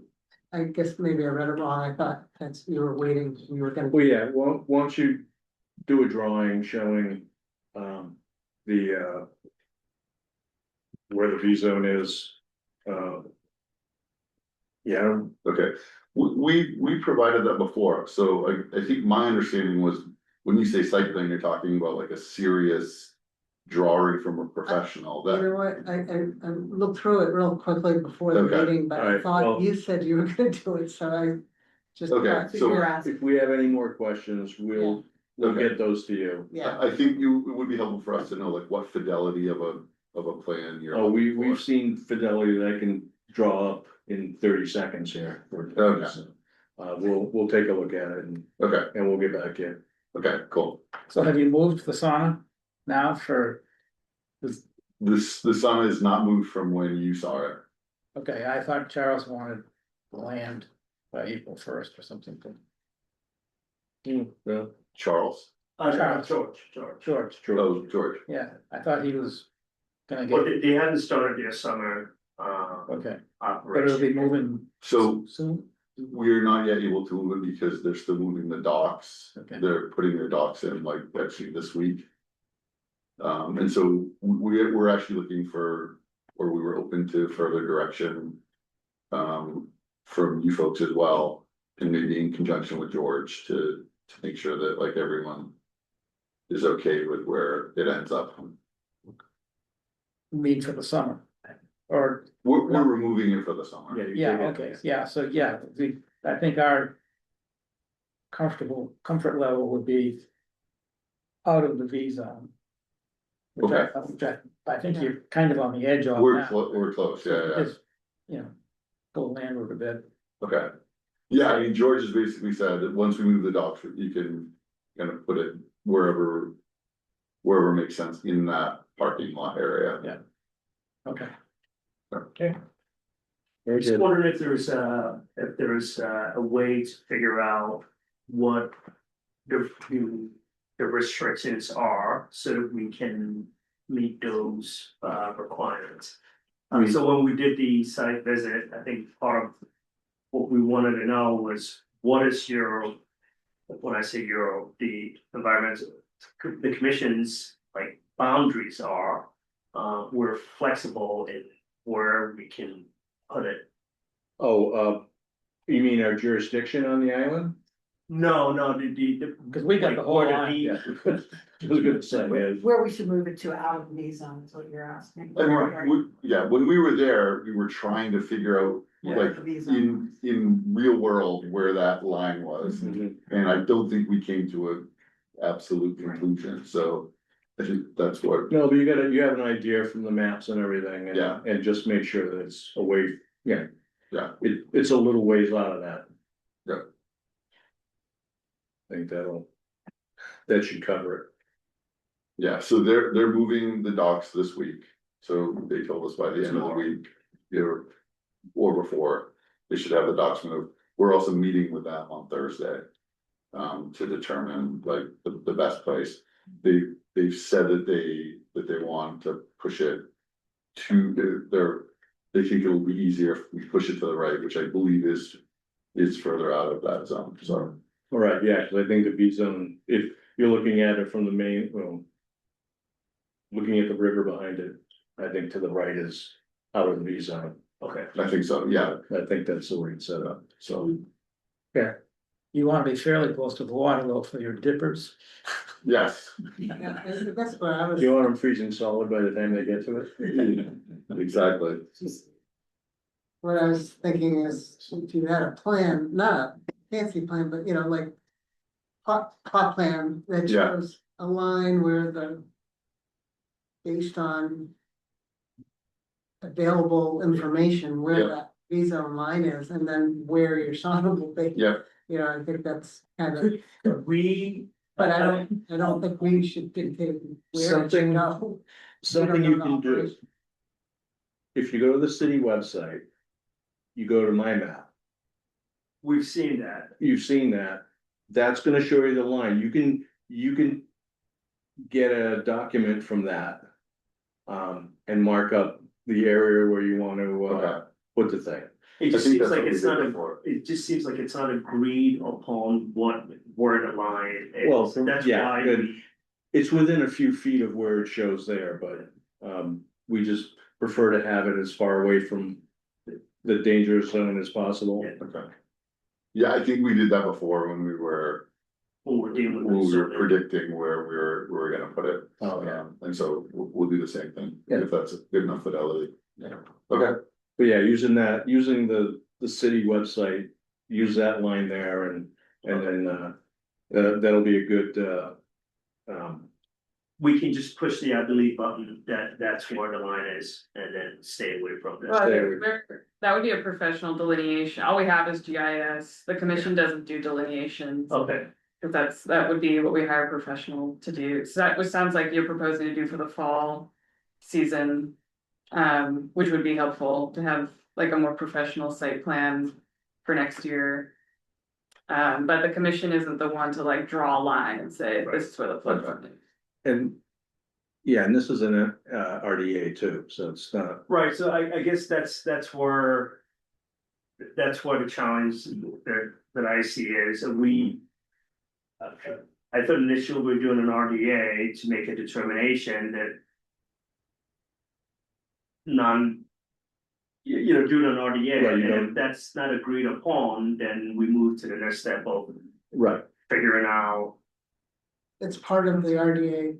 yeah. It's the part of request- the application is to show where you're going to be located. Yeah. Relative to the B zone and, buffer zone or whatever Okay. wetland features there are, and a lot of times, most of the time. Someone would hire a professional to do that, but in this particular situation, I was suggesting that you look at the map. Okay. Take that and use it, because Yeah. it's not rocket science, Yeah. it's just, it's use what available information it is to put it on a plan. So that it gives it, we're not the ones dictating where it goes, Right. you're telling us. We Right. believe this is where the V zone is based on current information, this is Yeah. the source, and this is where we're gonna put it, I think. Okay, yeah. That's, I know you want us to be like, oh, put it there, and Right, I I mean, think that's where we yeah. don't feel comfortable Okay, doing that. It'd be like telling a contractor to put their house someplace. We don't know what the operations are, we don't know anything of that, so, That's right. would it also make sense to, look at next year, so we don't come back in August? So. What we look at now, if it's approved, is it good for Yeah. September? Yeah. Okay. Yeah, and then, you may wanna have an area, like, cause if you have to move it. Not in the exact same location, you know what I mean, like, Yeah. let's say we have a storm coming, you have to. Move it out and then you wanna bring it back and it's not the exact same location. We will probably do Right. that because we've talked about, if we have like Adirondack chairs outside it or something like that, we might move those around at some Yeah. point. So like that, I think that makes sense to just say, here's kind of like the area that we hope to have it. Yeah, yeah, and for me, I've submitted several RDAs to this commission, and I use the city, Okay, my map as the setup for it.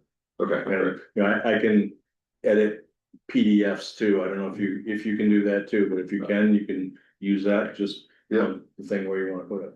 Okay. Great. All right, thank you. All right, thank you. Thank you. Okay. Now on to the March 17th, meeting minutes. Anybody got any questions or changes or something or other? I see blank faces. I read them.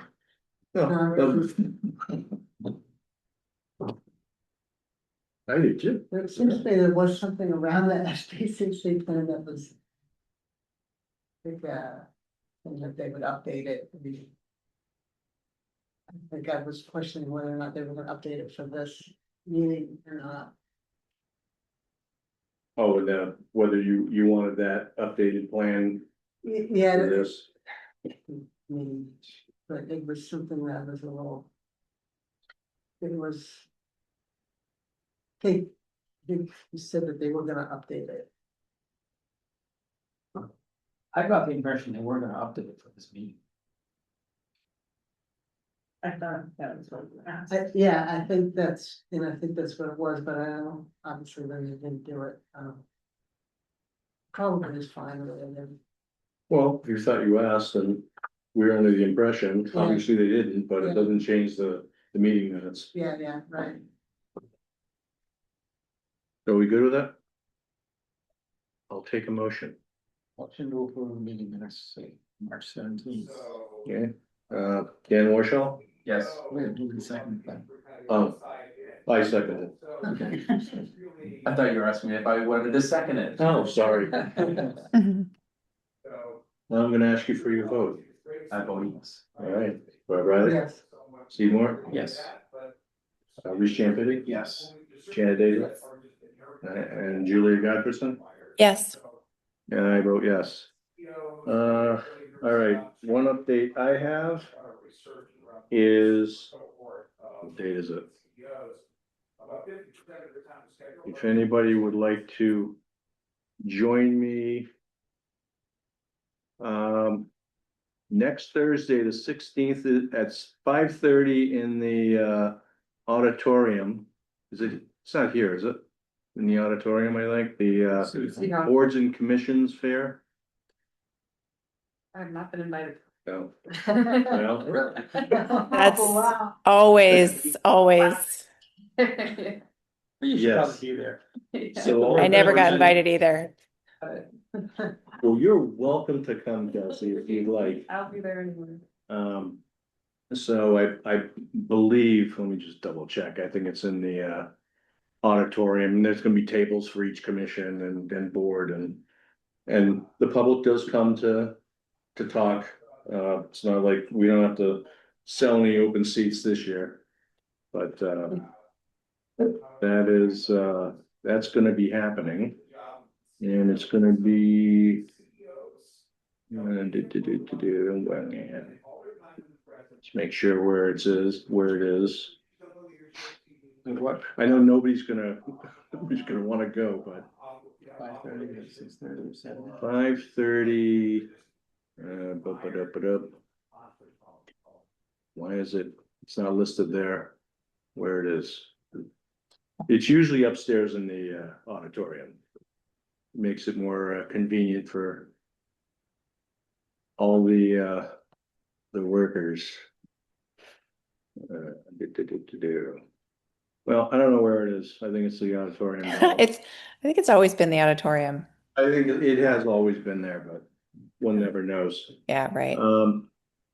So yeah, if you're interested in that, it's next Thursday, 5:30 to 7.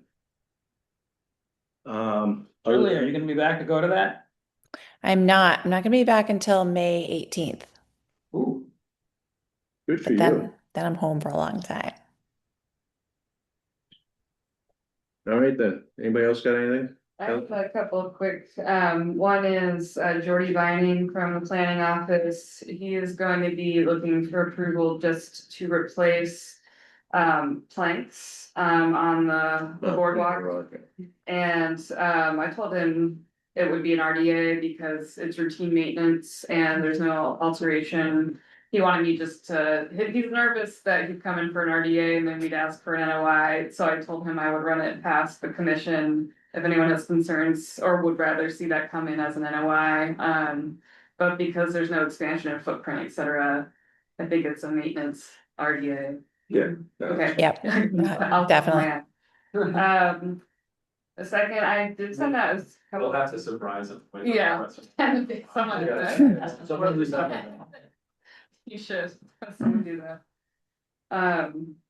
As far as MACC training, a couple of weeks ago now, I asked them just to push out another invite to their online orientation to everybody, because I think some people got it and some people didn't. So if you didn't get that, let me know, but it's a good thing to go through, and if you do it and then email them and say I did the orientation, they'll give you access to their environmental handbook, which is really nice, and it's online. You get 3 months, I think, or maybe just 1 month of free access if you tell them you did the orientation. So if you We can Wait. access automatically. Yeah, I thought we were all supposed to have that. okay, That's Conservation Commission. as Maybe, yeah, maybe if you're not a commissioner and you do it, you get access, but I think we pay, that's part of our dues, is that every Yeah, commissioner gets. and everybody has access. Yeah, Should. I got a link to it. I know that. Okay, well, if anyone's interested in accessing that, because it is a really great way to get up to speed with a WPA or as a reference, so just let me know. Also, Alicia Galen, who's the Northeast Regional, district circuit rider for Mass DEP. She's doing a WPA boot camp on April 29th, which forgetting what day of the week that is, but it's an evening, like an hour and a half online. And it's open to commission members. So if anyone's interested in that, I have a link. I think it's on Teams.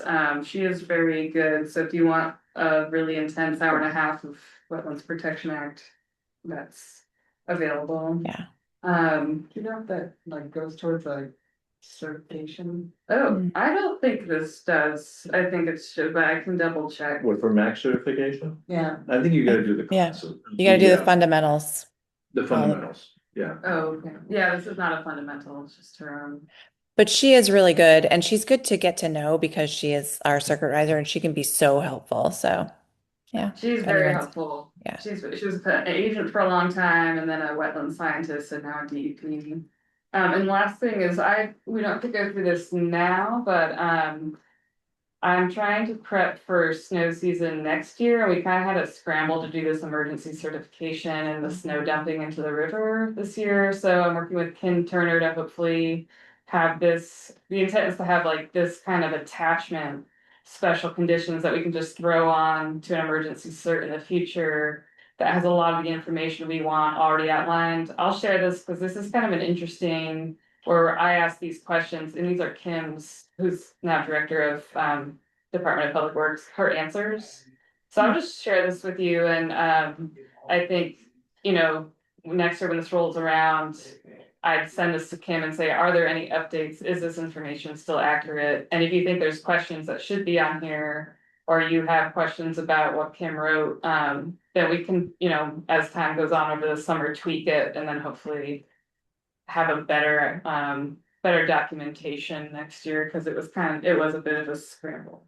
And I was stuck. When I was reading through some of the stuff, I haven't read that, but I got the impression that they should be dumping at Cherry Hill before they dump at Cat. I was told they maximized upland storage at Cherry Hill. But I think they dumped at Cashman first.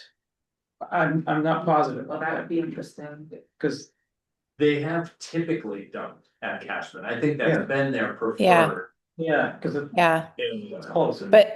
And normally we don't have this much snow, so it's probably not usually an issue. Right, I think in 2015 they did it, which was a big issue for a lot of cities, and then again this year, back-to-back storms.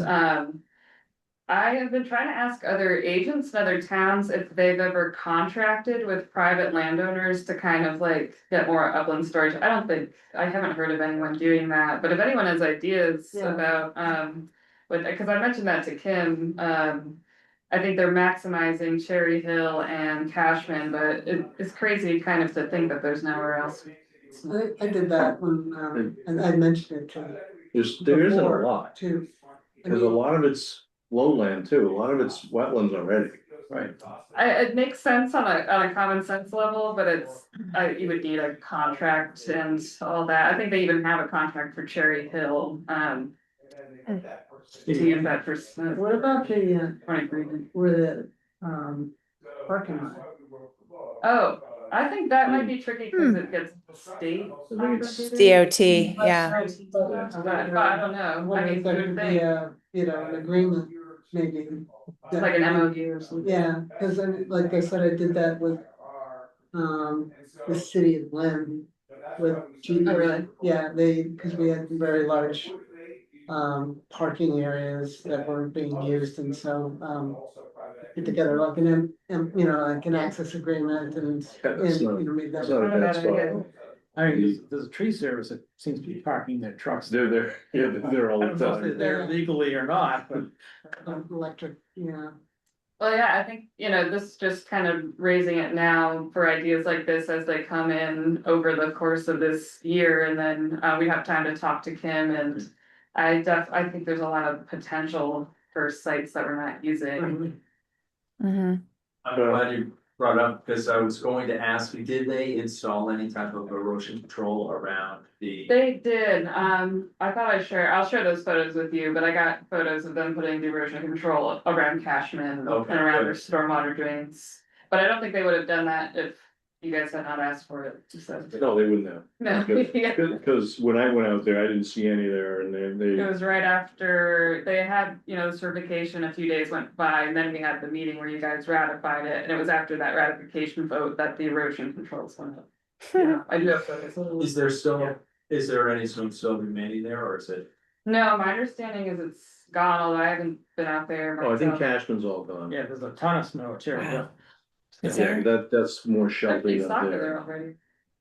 Well, I think it's in the parking. Oh, I don't think they put it on the front. I Yeah, walked wow. on National, but it was at night, and I don't recall noticing anything. I just, because I know that from now is when you see, I mean, despite the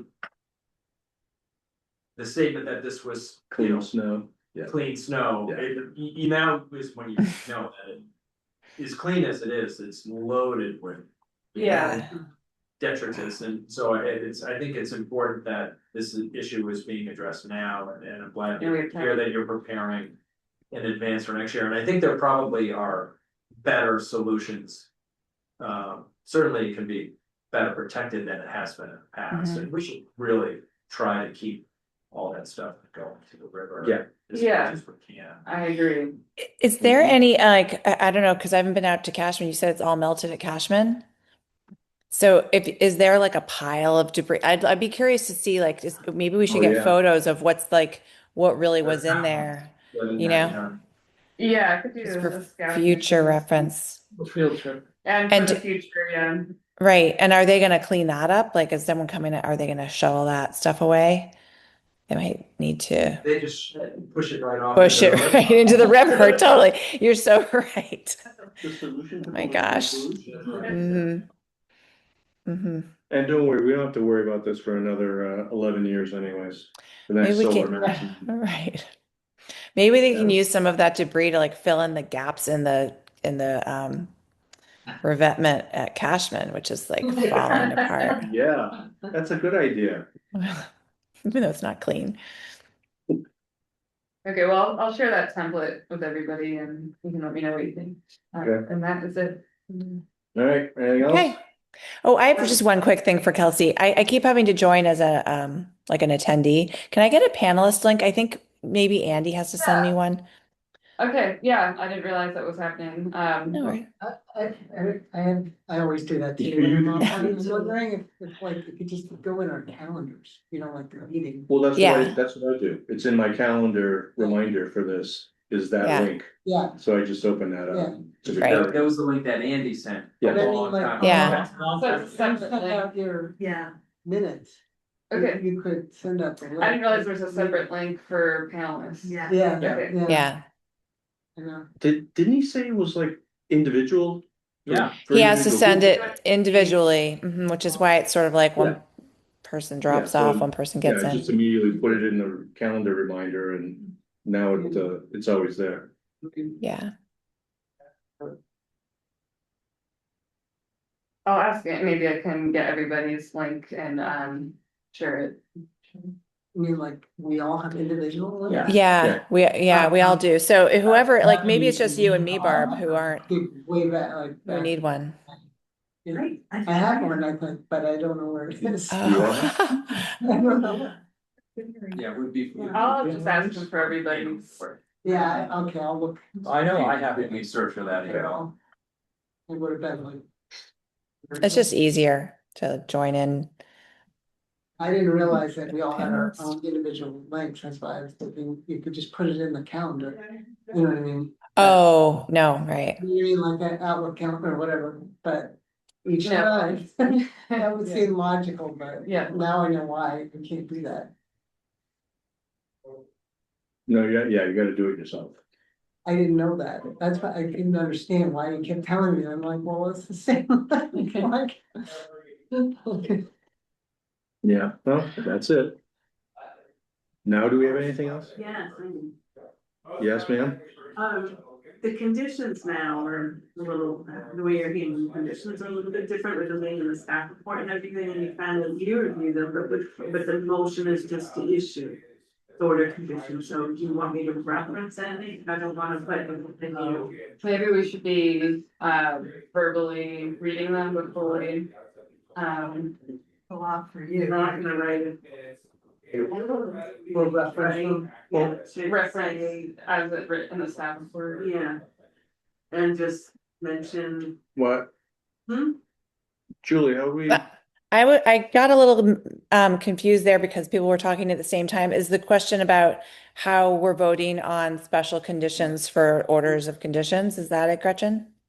yes, because you should say the standard the standard Yeah. conditions and. Plus and ones that if we there had. was Anything else that was Right. different, Right. that pertained to the particular application, it was kind of Right. short. Right. And I can just say, you know, the X, Y, and Z, Oh, I but see. Yeah, what I do so have like is too much for me to put in the minutes. Okay. Oh, Maybe- yeah, just in the minutes, yeah. And the motion, technically, the motion that like you made tonight is all, we just approved the order of conditions, period, without any reference to special conditions. Because we were looking at the ones that Kelsey had prepared, is that, yeah. Okay, so I see what you're saying, because then it's not recorded orally in the video, well, the alternative is just to read through the ones that she's prepared that we've looked at that are in addition to the But the template. language still is. Or the, well, like if right after a meeting, copy paste the language and send it to you, does that work? Yeah, I could paste it in. If that makes it easier. But did we had all special conditions in previous minutes? Yes, but they were, Sure. they were just, you know, what Julia wrote was different. Went into maybe more detail, but, you know, the plants must survive 2 growing seasons, period. She might be writing out a condition that's longer. Yes, but- right. I guess technically I'm just supposed to put in what you actually say is the motion, but I don't wanna miss something if there's a special. Or- Maybe we Yeah. can try to articulate Yeah, each special condition a little bit more clearly yeah. Yeah, during the. I'm thinking that kind of do what During the Billy used to do deliberation. verbally, even if we're looking at a more complicated. But, you know, Yeah. your record is pretty long, so. Yeah, and you're gonna refine them. Cause that's what I'm gonna put in, I'm kind of taking these, I'm gonna put them in the condition, the order condition. You may even change the language. Yeah, but my intent is to kind of put almost the finished product up. And then what you see at the final permit will be almost the same thing.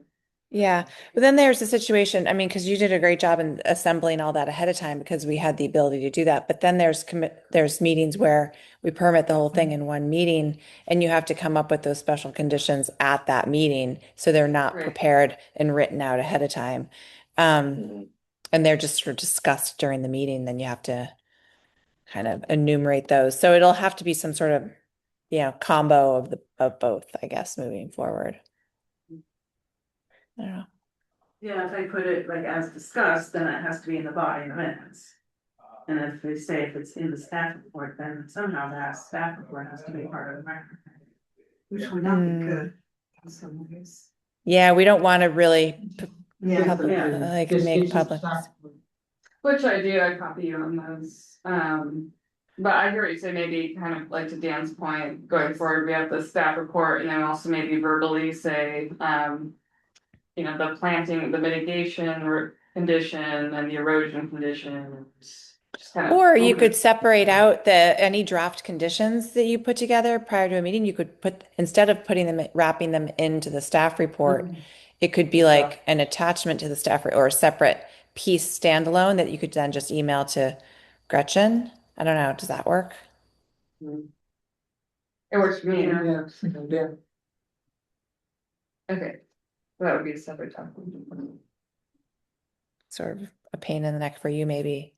I don't know. No, it's no problem. Yeah, I just want to do whatever works for the minutes, because I do understand if you're like someone looking at this record, you want to be really clear about which conditions are intended to go on the permit.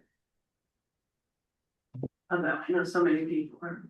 Some people are riveted. I think there are certain people that look at them every now and then because it's to their advantage. Yeah. Right, or to our disadvantage. Sure. There's that. Yeah, thanks for raising. Yeah, just a general question for everybody, like, as far as, sort of monitoring and surveillance of things that are issued, a project that's ongoing and making sure that they have all their siltation fences and things like that up and, what do we? Doesn't seem like we do that, or is that something you do? I will do, now that it's warmer out, I'm working on a spreadsheet of projects that like have been within the past year issued a permit but not gotten a COC yet. So it's mostly because it's been winter time. And, I think I've seen things while I'm just driving out and about that I'm following up on, but also if anyone, some of you've done this already, you can always call me if you think you see something that doesn't look right, or you don't remember permitting. Definitely, I mean, I can always go out in the field. So Yeah. that would probably be something I take up first and research, and then would bring to you, like, we might want to consider informal or formal enforcement against. Mhm. It gets confusing and a little tricky to monitor them in like a really organized way because they'll get their order of conditions and you're like expecting them to start when they said they're going to start, and then they don't start for another 2.5 years or something, or so you never really can anticipate where a project. You have to really just kind of drive around, and they're supposed to let us know 48 hours in advance when they start construction, but oftentimes that doesn't happen. The best thing that's happened for this whole issue has been OpenGov, because because they have to get their building permit signed off on by Kelsey. So Kelsey will see once they get their building permit, typically that means they're about to start work. And then you can be like, oh yeah, Concom issued the order of conditions 8 months ago, but now they're asking for their building permit. So now they're getting ready to start work. And then you can like go out and check on it. OpenGov is really helpful. So that you get notified? Yeah, every time a building permit's applied for, I look at it and see whether it's in a resource area or buffer zone or not. To Julia's point, and it has been over the winter, it's kind of quiet, but it's already starting to pick up now that it's dissipating. And then Yeah. like the thought occurred to me too, like with this SPCC plan, just, I mean, it's such an unusual, I mean, not unusual, but it's a high risk sort of facility, Yeah. on the water.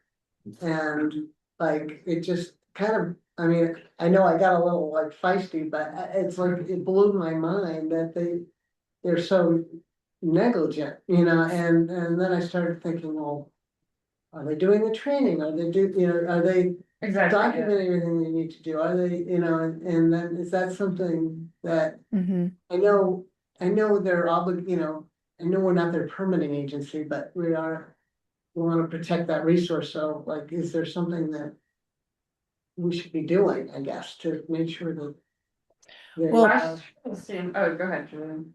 I was just going to say one of the good things I don't typically like to say, prior to start of work, submit X, Y, and Z. I like to have them have that all in beforehand.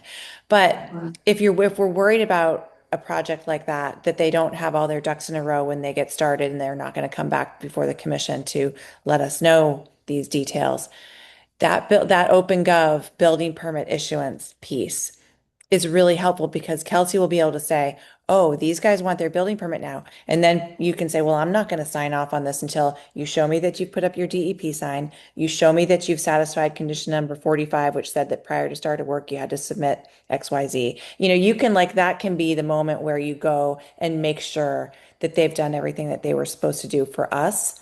Whereas prior to OpenGov, it was much easier for things to fall through the cracks because no one knew what anyone else was doing. Anyway, I don't know if that makes sense, but Mhm. it is better. Yeah. Automatic notifications are always better. Yeah.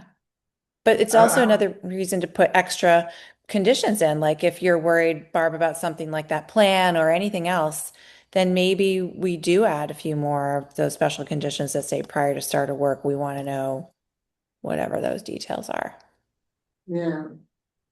I mean, I didn't want to get into all the little details, there were several things they weren't following in their plan that I could, and so it's just, It would be interesting to see yeah, like if if they you had were to records actually of audit training. them, would they have done all the things that they said they were doing, and then I doubt it. Yeah, no, I think it's really concerning because they're so close to the river, and like you said, I mean, one thing, if an entity is not compliant with one set of rules, it's likely they're not compliant with others. It's a difficult situation with the commission because we're not the EPA. I know. But I do think they're genuinely, and like it's valid to say that you can, to some extent, regulate their spill response procedures because that's the adverse impact to the water body. Yeah, like they were, EPA does have a hot like it would be interesting to audit them, I don't know. And you could, I think, legitimately say, I wanna see your training records, because that does directly affect their performance on the dock. Which is. Any member of the public, to his point, can request to see the SPCC plan, and I think you might be right, there's some documents that, you'd have to be like a state or federal inspector to request, but I think the training records would be considered part of it.